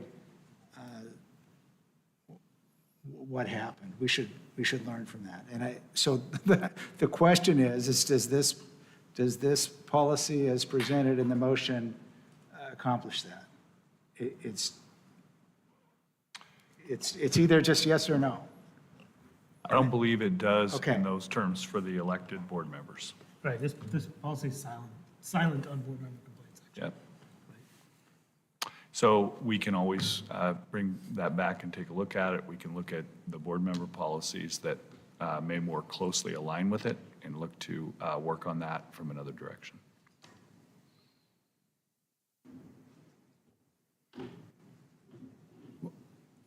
Why wouldn't we amend this proposal before us to include that? Are we prohibited from doing that? No. As a board member, I would not want to do that because I would want to differentiate school-based complaints from public, I mean, you're referring to a public individual complaining against a board member that had nothing to do with a school situation, and this is specific to school situations, and I would prefer those two things to be differentiated and not rolled into the same policy, personally. Fair enough. But they're already in the same, covered by the same. No, because this doesn't cover board members. So Roger, what we can do is we can go back to OSBA, so we can look at this one. You're not winning me over with that. I know, You don't need to but finish the sentence. just finding the policy, if they have an existing policy in their policy recommendations, begin to look at that. And if not, we could come here with a crafted one for you to consider. Okay. So I think what you're asking for is a future agenda item that would take a look at complaints against board members and that process. Is that accurate? I'm just trying to get it articulated so we can get on the schedule. That exercise in itself could become a distraction from the focus of what we're trying to do, which is educate kids and spend all our resources in the classroom. So, But that's kind of our function is policy. I don't know is the concise answer to the question. I'm not going to attempt to send this back to committee or. Sure, no. Chris, could you do a little research for us maybe and get back to us? Go ahead, Chris. Could I make a recommendation to pass it as it is, and we can bring it Oh, back? yeah, I was amended? getting there. Because we can move forward with the other parts of it to implement. Sure, if you would just And do a then we little could bring research it for us back. and bring it back to us at a later Yeah. date, yeah, that'd be great. I move to approve board policy KL, concerns and complaints as presented. I'll second. All in favor? Aye. You weren't going to ask for discussion? Oh, well, we already had a budget discussion. Aye. Holy mackerel. Yeah, you want more discussion? Go ahead. Discuss away. I thought we were discussed. Well, okay. Mr. Chairman, I think for the record, the motion passes 4-0. All right, thank you. Okay, I believe we're at K1. K1, yeah, sorry, I was thinking about M1. K1, Academic Progress Report and Improvement Plan. Want to introduce again Stafford Boyd Sue Luthra to give a report on academic progress and improvement. Good evening. Thanks for having Sue and I back for our second of third academic progress and improvement plan reports for this school year. Just want to quickly start. There are 4 strategies specifically listed in our district strategic plan that really point the needle to what we do for academic improvement in our district. The first is implementing multi-tiered systems of support with a focus on equity. Second is that we implement a comprehensive K-12 approach that creates coherence and consistency over time between grade levels. The third is using data to identify disparities and respond to those disparities between student groups. And then fourth is developing a guaranteed and viable curriculum based on our state standards, particularly in the core content areas. Just to want to start with our satellite data in this year's school or district report card from the state that was publicly released in November that shows, again, our really high-level 6 metrics of success and how we're doing annually that is reported by the state. And that we've identified for this school year really 4 points of priority. And tonight, we're, because of recent conversations and requests to hone in on early literacy, 3rd grade reading, and 8th grade math, we're going to focus in those 2 areas for our presentation. Wanted to first start and show kind of where we've been with 3rd grade reading and 8th grade math performance at that satellite level on our state testing every spring. And going all the way back to 2016, 2017, which is the year that our current state accountability system is baselined on.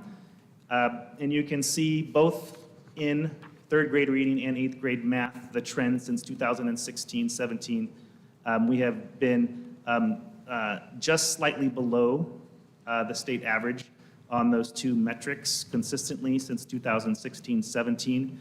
And you can see it includes the no assessment in that year, that first year of COVID, and then that second year of COVID, the low test rates. We didn't have enough test takers to have a publishable score, and the state also cautions us because of the low amount of test takers to be mindful of comparing to that year 2021 of results. But that trend has remained true over the past 8 years, according to this level of data. So I'm going to turn it over to Sue. Good evening. And one of the things that we're really going to focus on this year is we're really looking at early literacy, and that's our big focus for elementary. But if you look at this chart, I just wanted to point out that our focus groups for almost every school are the same, and that's our Ever English language learners, our students with disabilities, and our homeless students. So those are our focus groups for most of our schools, but overall as a district, those are our focus groups. And those would be the kids that would most likely be in our intervention, reading interventions within our MTSS system. This is our reading from fall to winter for if we took, this is predicting that if we took SBAC right now, we would have about 44% proficient. And so we've got half the year left to go, so we are hoping to see a lot of growth. Okay, and this one, as you can see, when we look at 3rd grade, if you look at this 3rd grade through 5th grade, you can see that every year it's stronger and stronger, just like Jody showed. If you saw from Meadow Ridge to Timber Ridge, the 3rd, 4th, 5th, it gets stronger and stronger through the years. That's what we're seeing. Just the same on iReady as we're seeing on the state report card, and our focus really will be towards increasing our scores at that 3rd grade reading level this year. All of them, but especially our 3rd grade. Our areas of action in reading this year. One of the things we did a couple years ago is we adopted a new reading curriculum, and it's aligned to the science of reading, and this is our 2nd year. And we adopted the same curriculum, K-8. It's all aligned to reading. And when we did the early literacy grant, that was one of the prerequisites for getting the grant, is we already had this in place, or we needed to spend the money on that, but we had already adopted it, and teachers are already using it, and we're finding success, and teachers are doing an amazing job with new curriculum. Another one of our areas of action is our MTSS process, and that is in place. It's been in place for quite a few years with K-5, and now with 6 through 8. We have scientifically based research scientifically research-based interventions that are district-approved. So if you're a kindergartner, then, and you're scoring low in phonemic awareness, here's your 3 choices for an intervention, and the instructional coaches and teachers will figure out exactly where kids need to be and instruct them in exactly where their needs are for their intervention time. Same with 3rd, 4th, 5th, on up through 8th. And our reading, every school has improvement goals, and they present them in the spring, and they work on them all year, and they're, all of their professional development is based on those, and what they're observing for in classrooms, and every school has a reading goal, but this year, we're gonna specifically in reading in elementary, we're also gonna have an early literacy goal. Not a goal, but a subset of that. The actions and strategies will really focus on early literacy. I think that we got you a flyer about the early literacy grant that you should have. If you don't, we will email it. There is some links on it, so we will also email it so you can read the links. The links are really some background about the early literacy grant, that kind of thing. So that's on your table. And then the early literacy grant was approved, maybe early last week or the week before, so we just got it approved, which was great news. And one of the components of this is a rubric. So for the first time from the state of Oregon, we have a literacy framework. And with that framework, we have a rubric. And it has phases there's 4 practices. And in that rubric, there is phases for each practice. And so what we're doing as a team at the district level, as the team is in Stacy, Lee, and I, we're looking at where we are and what our next move would be.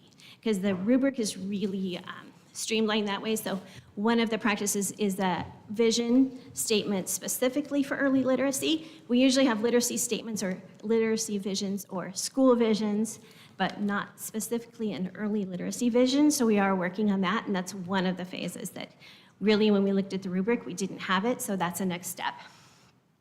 Another next step is we are working with Oregon Reading Intervention, and they're helping us tighten up our MTSS process. And when you've done something for 14, 15 years, it's always nice to go back and refresh and get tighten up. And they're also helping us collect data, and we're collecting data on intervention effectiveness. So every few years, we look at the data and we say, oh my gosh, 2nd graders are in intervention, but they're really not making progress, so let's look closely at the intervention and see what else we need to add or take away. So we're doing that work this year. And let's see. Every school has an instructional leadership team, which I think Sunshine talked about. And that team will now have specific agenda item each month about early literacy.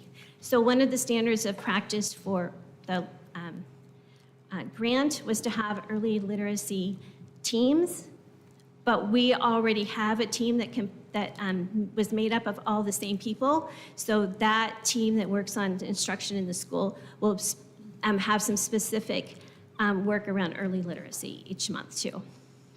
We also meet as a district level at elementary 3 times a year with the ILT teams, so that we're making sure we're on the same page, sharing goals, sharing results, sharing research, so all schools can work together.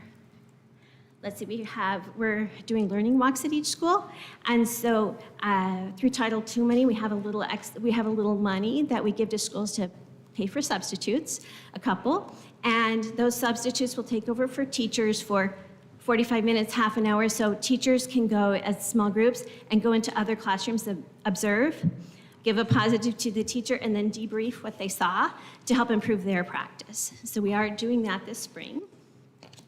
And let's see. The other thing we're doing is in our consultant report, she noticed that there wasn't maybe enough tightness around what our 90-minute literacy block should look like based on science of reading. So we're doing some principal walkthroughs right now where they're looking at exactly what's happening during that 90 minutes and taking data, and then we're bringing that back together at the principals meeting next week and looking at what exactly is happening in our 90-minute literacy block, and then possibly redoing what we do during that 90 minutes to make sure that we're doing what's most effective. And principals and instructional coaches, we met last principal meeting for the morning, and Stacy did a great professional development on the science of reading with coaches and principals. We looked at a lot of research and where to find the research, and that will be taken to teachers at a later date. But the principals and coaches are kind of learning first. Teachers are learning by teaching it and using it, so then we'll come together with research and best practice. And then additional professional development will come later as we can present it, and we have time with teachers when they have professional development days or half days.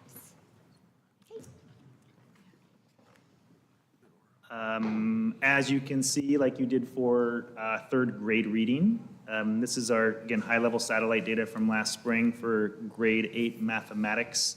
I would also point out on focal groups at the secondary level, Hispanic Latino students are an additional focal group, and so you can see there, and with ever English learners, as well as our students receiving special ed services, that there are some disparities there that we are being mindful of. Again, from our winter iReady data, this is the correlation to proficiency on the state assessment.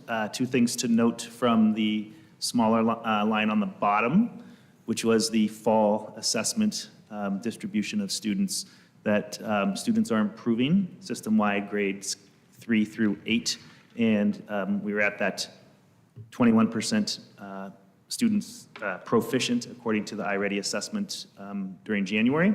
If you look at the grade level distribution and then those 3 focal groups on the right, again, you can see, I think, 2 patterns there that stand out. One is the disparities on iReady are also similar to those reflected on our state assessment from last spring, but in comparison to our reading, where it appears that students, the more time they're with us, more students are more proficient and are getting better. Math, it's pretty stagnant, grades 3 through 8. And so definitely things that we are mindful of and considering as we progress forward with our district strategies. So a few areas of action we are taking is that math is in K-8 school improvement plans and goals and priorities, as you hear principals present. Also, we are using the iReady to screen 3 times a year in grades K through 8. And some schools have developed their multi-tiered systems of support for math, and some are not quite there yet. We've led with reading, and in fact, as you heard earlier, Jody and Sunshine shared a little bit about their systems for math. And then some schools, since we have not purchased our iReady core curriculum, some schools with additional funding streams, K-8, have purchased certain curriculum tools from iReady, as well as other supplemental tools to use in their multi-tiered systems of support, but those some and not all. Finally, since a few folks have called and asked where are our academic improvement plans, we have them. They are at the school level. I'm hoping that over time you are noticing coherence and consistency between those plans and our strategies and approaches school to school. But it's really important that each school community has different families with different students with different strengths, backgrounds, and needs. And so having our improvement plan sit at the school level is really important, and having the principals lead those plans on an annual basis. We do annually update those plans, and then annually principals report those to you all. They are now posted on our district website. The web address is on the bottom of this slide, but you can link directly both to school goals with updated data from the board presentations, as well as links to the principals presenting. So those are publicly available. What questions do you have for Sue and I? Yeah, go ahead, Roger. So thank you for the information in the presentation. So if I heard you right, every school in the district does have an academic improvement plan today, and every one of those plans today are on our website. If principals have presented to you, they will be uploaded once principals have presented to you, and then next year, we will, starting the school year, we will have a overview of each of those improvement plans at the school level, and then update as we get through the year, and we'll continually update as principals present. So there will be publicly facing improvement plans, yes, starting in August for all schools, and then once folks do their presentation this year. So today, it isn't every school, it's just every school that has presented to us up to now. Correct. Was that a little more than half? Yeah, so so each of the schools did a goal presentation to its peers in last June and as late as September. Those that are extant, and we talked about uploading them. They also have separate school improvement plans of how long? So they have other program plans that are super deep. We did not choose to just simply upload those this time. We want something that's more consumable by the public. I'm not sure a long, plan for each school like that is the best thing to put up. But they do exist now. Well, it seemed to me that giving them what information we had in whatever information we have it would be better than giving them no information at all. We're happy to do that. But that seems like, there's going to be a lot of information. You're okay with that? I'm much better with that than the proposition that we don't have these plans if we have them. You mean up on the web, if we Yeah, have them? Okay. yeah, I don't know how we can go wrong. Okay. I say that sitting here now without having to answer the questions.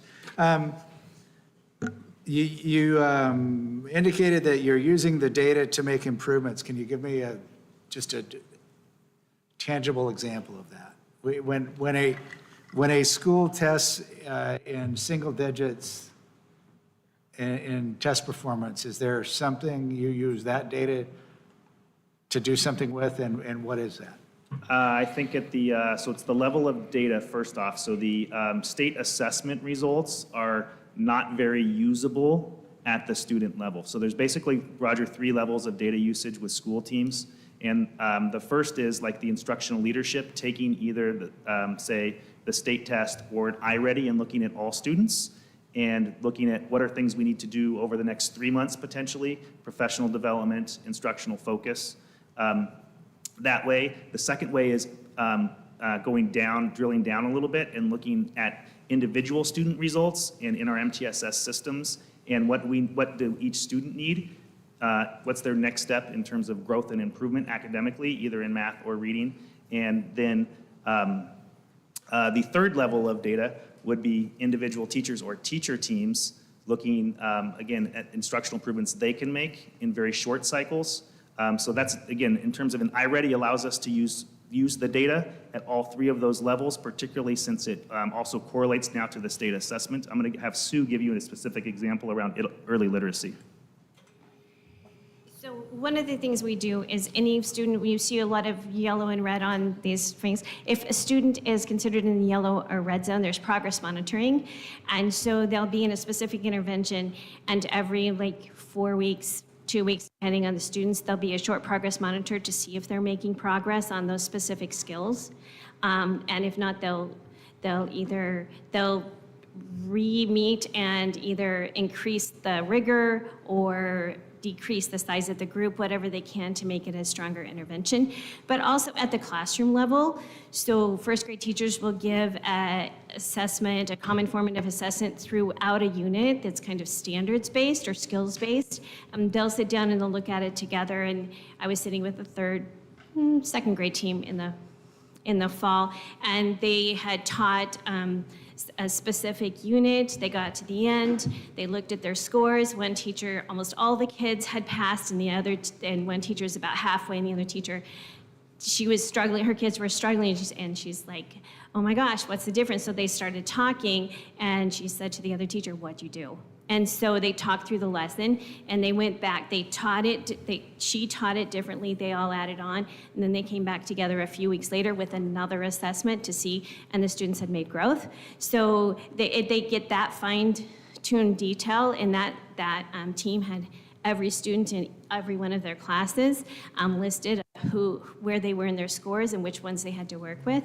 So they get Our teachers work really hard at pinpointing the exact skill needed for the student and needed for the class based on the skills that they're missing or the standards that they're not quite reaching.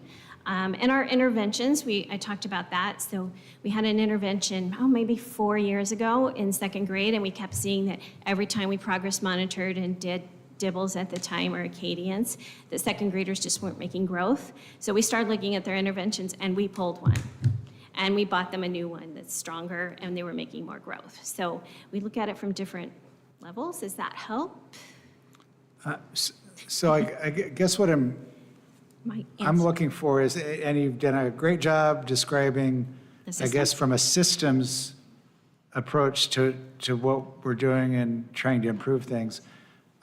What is not clear to me is how that looks to students in the classroom in the way of additional resources. Tutoring, if you will, one-on-one. What's all this mean to kids? Yeah, so good question. So it would depend. So if it would be, they have a little bit of classified extra time that would help with tutoring or one-on-one, but most of it's small group. So kids are in reading would be a small group. They would get core lessons based on their level, or they would get an intervention based on their level. But it's more of a group, 4 to 6 kids. Okay, so. Does that help a little bit? Well, it does. It does help, because Okay. absent that, Yeah. I could be left with the impression that the teacher still has 20 to 25 kids, the same 20 to 25 kids, and we're just giving them the resources to be higher performing with the same students, knowing they don't have any more time and they're not getting any more time with the kids. So a typical classroom in K-5 would have 90 minutes of literacy. They do about 30 minutes of core, which would be based on the priority standard in language arts at that time. And then they would have about 30 minutes where they would rotate through reading to the teacher or reading to an SEA and doing some independent work. And then the next 30 minute, they might have more SEAs or more people that break down the groups, and they would be focused on their intervention, which is a specific skill. So there's different grouping kind of throughout the day based on need. Okay, That's clear? That does help, and I Okay. think that if the more of that kind of information Yeah, okay. we can compile and make available to the public, Mm-hmm. to parents, I think the better. So you mentioned the federal literacy grant. It's a federal grant? It's No? state. State. Are there Did I say federal federal? literacy grants available, and are we applying for them? The federal money we have that does support it somewhat is Title I, and those are for schools that qualify through poverty. And that money, every school does a needs assessment, which ends up in their school improvement plan. And so they can use the money that they're given from Title I to say, okay, our lowest area is reading, so we're going to have more, we're going to buy more classified staff with our money so we can have smaller groups or more groups. That's about the only federal money that comes. So, and that's already happening in the district? Yes, that's already happening. Typically, the lower socioeconomic schools get the most on that. Thank you. It's a lot, yeah. Right? Yeah, I'm going to comment on a couple questions. So, I asked you this one kind of last time, Sue, but repetition helps comprehension. So, how confident are you these iReady scores are reasonably going to predict your state testing scores? Well, this is a nationally normed, this is a national test. Yeah. And so when you look at it across the nation and districts, a lot of Oregon districts use this test. It is pretty comparable. And it lines up, because you're It doing really well does in reading. align I up. mean, if this holds true, you're going to blow the doors off your previous reading improvements. So, and he's going to add something, but Okay. it's our first time. So it's correlative studies, because there's so many students that take the iReady, and we can also then, iReady can capture their state assessments and see and do predictive studies based upon correlation. That being said, the state assessment for language arts includes writing. iReady is just for reading, so the correlation is to the reading components of our state assessment. And so, again, where kids fall in terms of in relation to proficiency on our language arts assessment is both reading and writing. So that would be the only discrepancy, yeah. Okay. And then a couple comments more than questions. One of them is we spend a lot of time, these reports come in, and we get a lot of data, and we get a lot of people talking about curriculum, lack of interventions, but we have very little, kind of like Roger was saying, instructional information. But instruction is what's going to drive this. We're not going to improve these scores without high leverage instruction that's being monitored, being reinforced. So I would like to hear more comment, more instructional speak. I'd like to see more about instruction. I'd like to know what you're looking at the walkthroughs. What do we expect our teachers to be teaching and our kids to be learning? And if I walk into a classroom, what do I think kids should be doing? I'd like to hear more of that in these presentations.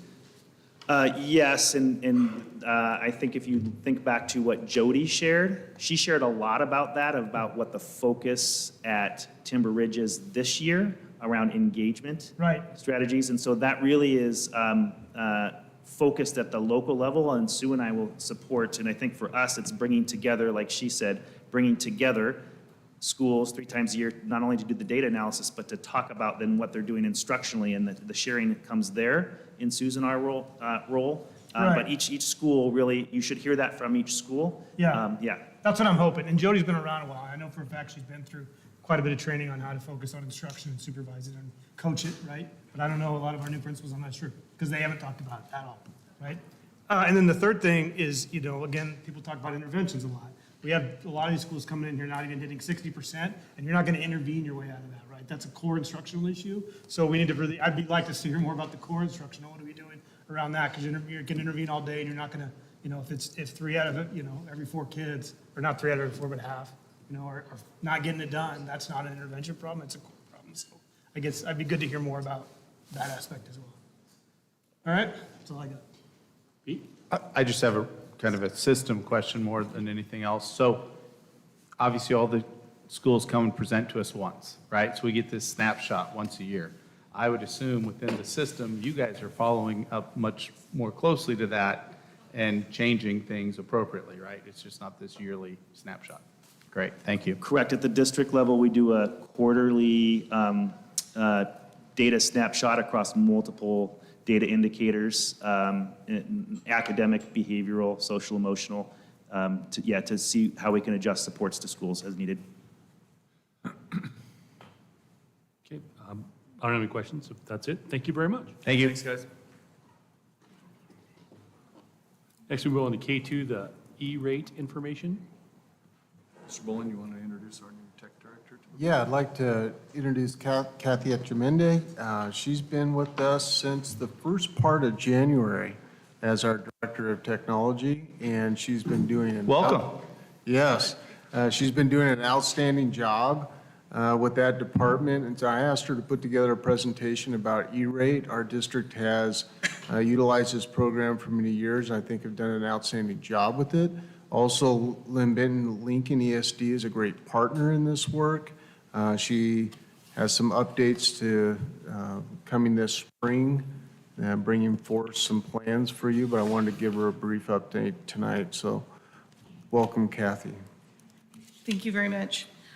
Chair Wilson, board members, and Superintendent Gardner, I really appreciate this opportunity to share with you information about the Universal Service Administrative Companies School and Library Program. Sometimes that's shortened to USAC, but usually we hear it as E-rate.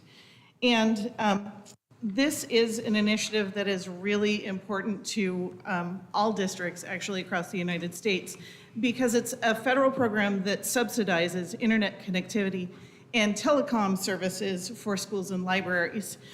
We become eligible for this because we are simply a K-12 school that adheres to the laws around filtering and those kinds of things. The purpose of this is to close the digital divide in the schools and make sure all of our schools have equitable access to technology for our students. And this program is funded through that cute little fee at the very bottom of all of your cell phone bills and your internet bills at home that says Universal Service Fee. And that's the money that goes into the coffers to fund this for all of the schools in the nation. So basically, they're just sharing the responsibility of connecting our schools and libraries with these technology resources. So there are a couple of different ways that this program is decided and how much of the money in that pot each school gets. The discounts rate between 20% and 90% off of the regular bills, and that's decided based on the National School Lunch Program that I know you're familiar with because you've heard about it many, many times here. Now, Greater Albany Public Schools is an 80% district, which means that out of every bill of ours that we've submitted to be eligible for E-rate, we only pay 20% of the cost. The other 80% is picked up by this program.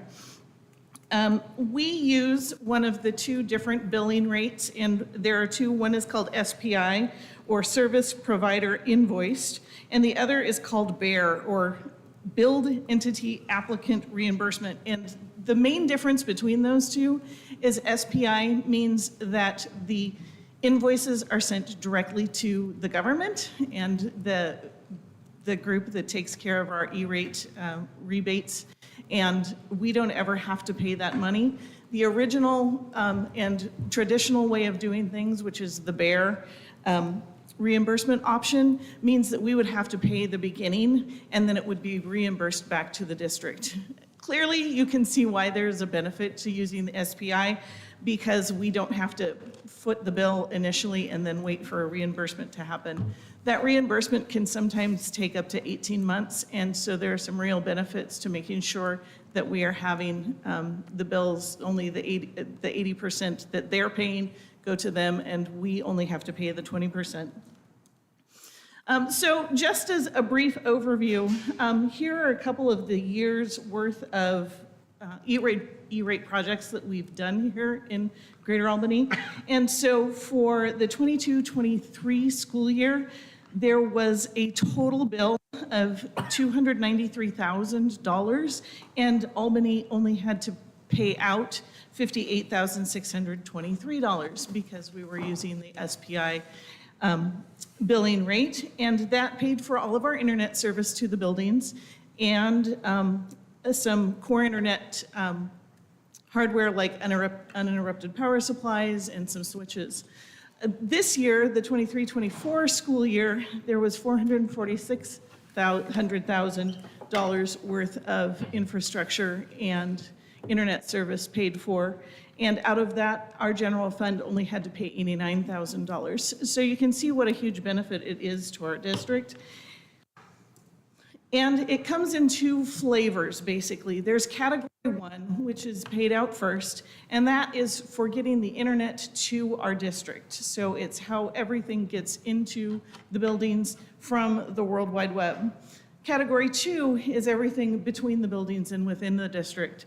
So things for category one are our internet service from Ellis Networks or from the ESD or from Comcast. It's things like Wi-Fi on buses, which you took advantage of here in Albany for a bit. It's leased fiber between, fiber optics between locations. Now, category two, being everything on the inside, those are things like switches and wireless access points in the different schools and the classrooms, managed internal broadband services, and then the basic maintenance of keeping all of those schools and sites talking to each other and all the classrooms within the buildings. So the way this works is that it runs through a cycle where basically the things that we've applied for this year are actually paying for in the 24-25 school year. So everything that was paid out this year, that $400,000+, was applied for last year and could be begin being paid out in July. So starting in July is, of course, when we can start paying the bills that were approved the prior year through the E-rate funding cycle. And it also starts the building of proposals to submit for E-rate funding for the next school year. So you will probably be seeing Dave and I sometime in May or June we were talking about, because we will have proposals coming forward for next year's E-rate funding cycle. Some things that were selected for this next school year, so 24-25. A couple of the things that were pushed through and approved are the internet connectivity to the stadiums at both high schools, for example. We also have some core internet infrastructure inside the buildings that when we bring the internet into the buildings, it is the systems that are able to distribute it from site to site. After those applications and proposals are decided on, they're submitted to LBLESD, who is our partner in coordinating all of this E-rate funding. And it goes through a cycle of approval processes, whether or not it's accepted to, the application is accepted to then be set out for requests for proposals. When the end of that happens, we take a look and use the calculation to find the most economical provider of that service, which is not necessarily the cheapest, because cheap can be poor service. We want to make sure we're getting the best value for the dollar for the district and for E-rate. And then after that proposal is reviewed, it's awarded, it goes back to LBLESD to work through with the E-rate funding. And at that point, it's either approved or not approved that we can pay for the items that were approved within those contracts. There are also some other, subtle processes in there. For example, if one of the proposers wants to review how things were scored and why they were awarded or not awarded a contract, that process is also built in there.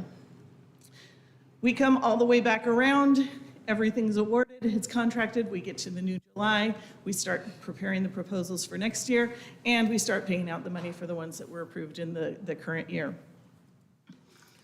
So, oops. I'm almost ready here. So here are a few of the future actions that we are planning on for E-rate. For example, we have a new firewall that we need to use to protect us from the bad guys on the outside of our internet. We have main data hardware replacement going into the schools with the high schools, the middle schools, and the elementary schools on the same type of cycle that we're using for our desktop replacements. We are improving and expanding our elementary wireless access points. I don't know if you've wandered around in some of these buildings, but the bricks are real. The energy efficient windows block wireless signals, and occasionally you can wander around and drop a signal. This will get much better as we improve the hardware.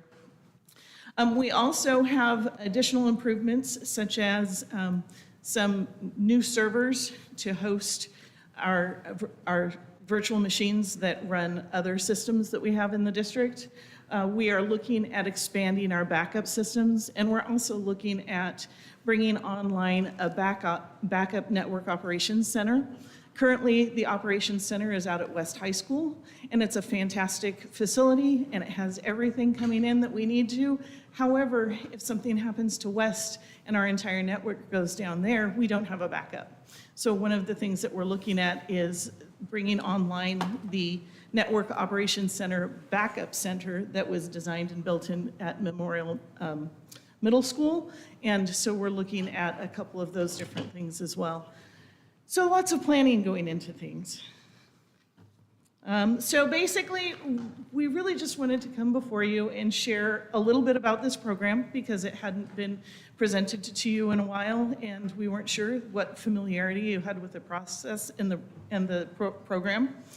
We also wanted to make sure that you are aware that there is something out there, so when we do come and ask you for $500,000, you know that really you're only paying 20% of that. And then we also wanted to make sure that you were aware that we're being responsible fiscally and in maintaining our infrastructure and continuing to improve it and move forward so that we can provide a stable, safe internet for our students.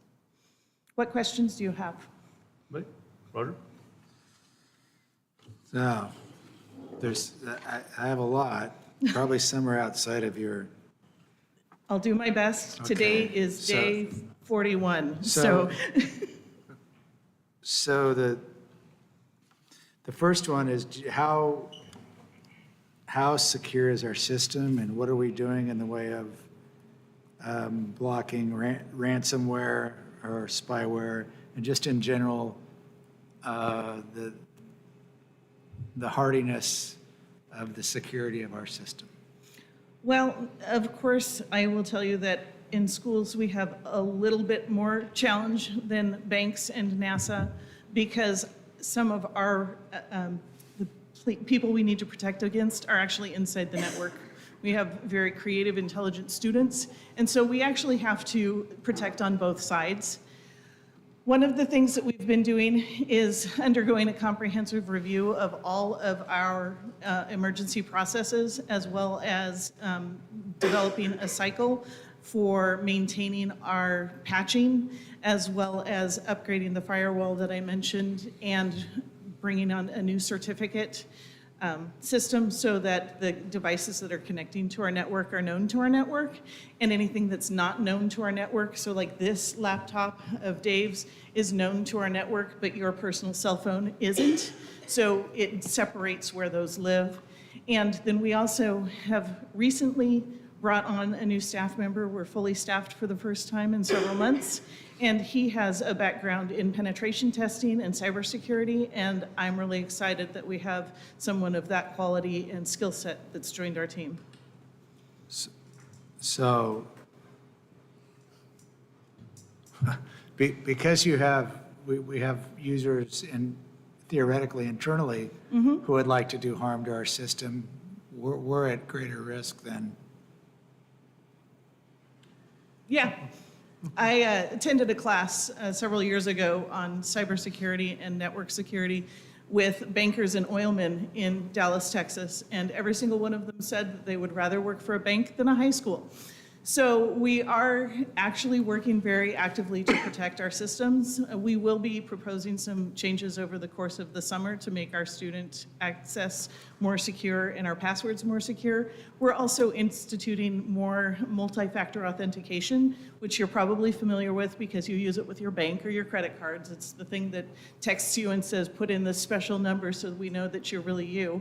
And so we're getting more systems in place, and we are following the PACE requirements. It is our cybersecurity insurance, and working with LBL on that. And I believe you're talking about LBL services tonight, and the system security is one of the services we also get from LBL ESD.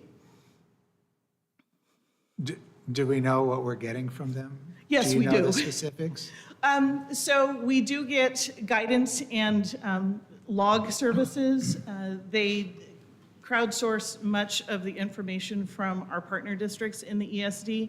And so we really get to benefit and maximize the knowledge that each of us gain to continue to update filters, to make systems processes, and find out tests and things that are going on in other schools. The one thing that's super awesome about working in technology and education is that we really aren't competitors. So we have groups of people across the Northwest who help each other out and really, stand for each other. So it's not just Greater Albany Public Schools that's working to secure our network. It's our partners at LBL ESD. It's our partners across the Pacific Northwest who are members of ACPE, and then peer districts where we have a lot of contacts because it's a small community and we all know each other. So when the district decided that every student was going to have a tablet or a laptop, that in the classroom, that required our internet bandwidth increase by what, 30 times, 40? And you weren't here. It's maybe not a fair question to you, but I don't know that was addressed when they made that decision. And that would be a fair question. And one of the things that I do know is that we are taking advantage of some of the features in the controls to make sure that we, on the private network, so the place where the known machines sit, we have more bandwidth, and people who are sitting outside on the public side of our network don't take up as much room. It's called traffic shaping, if you care about the details. So we are taking steps to keep an eye on that, and when things start to get a little bit full, for example, when Google very graciously sends out updates to all of our Chromebooks at the same time. We have the ability to stagger that, we have the ability to pause that, and we have the ability to watch when that traffic is starting to hit things so that we can be proactive about maintaining that cycle. So if the internet goes down or we're hacked, we're out of business. Is that right? Where do we back up and how often? We do back up to the ESD. Currently, we have off-site storage there, and it does back up nightly. And we do have tests in place where we do run recovery backups. One of the things that's scheduled over the course of the summer, we're doing a bare metal backup test. And that's basically where you take an empty box, something that is brand new, fresh, and you load your backups to ensure that you have the process down and that information comes back up without any corruption. So we do have processes in place. Payrolls first, Well, and then our human resources and student data system. And our student system is hosted by LBL, so the backups are their responsibility. but still, one of the consequence of everything goes to a tablet, if the internet's down, we don't have any instruction. Isn't that right? Our teachers are very highly qualified and have taught They can prior to teach in computers and can teach without them as well. Okay, and so then there's a lot. I mean, in my other life, we were a partial victim of some ransomware and escaped without paying a ransom.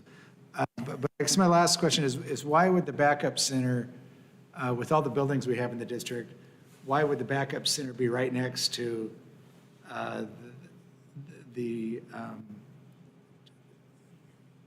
operating, our general operating equipment at West Albany? Why wouldn't we put up a backup center somewhere in another part of town in case there was an earthquake or a natural disaster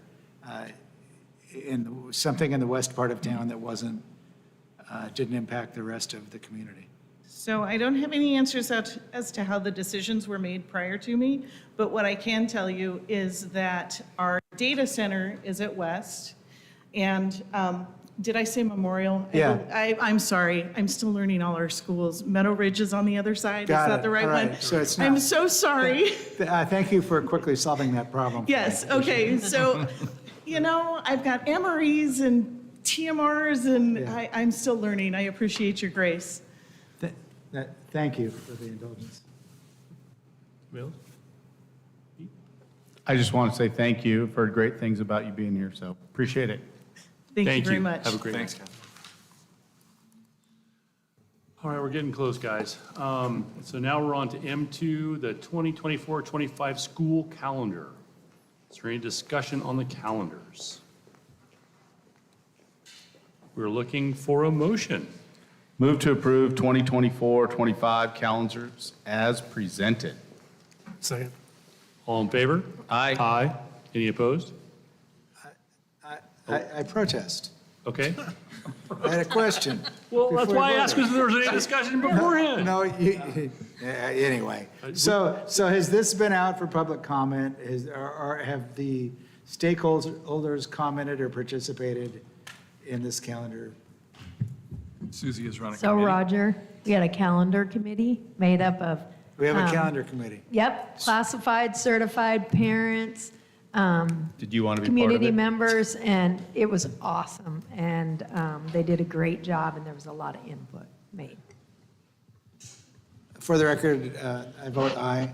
Thank you. Okay, I'll make sure we put discussion in before. Thank you. Yeah, okay. Sorry about that. Okay, we are now on to the LBL ESD Local Service Plan. So for your general perusal, there's a 68-page local service plan in the board packet. And essentially, by law, the ESD has to provide you a menu of the services, and you are by law required to vote approval of that broad menu. We will then work off that and work through a budget this spring. Go ahead, Pete. Only thing I would have is we keep hearing over and over and over again about attendance being an issue. Hopefully, we're going to put a large piece of this pie towards them helping out with attendance. I see it in here, but it's a short little paragraph. And obviously, you have something to do with what percentage of our monies help us with that.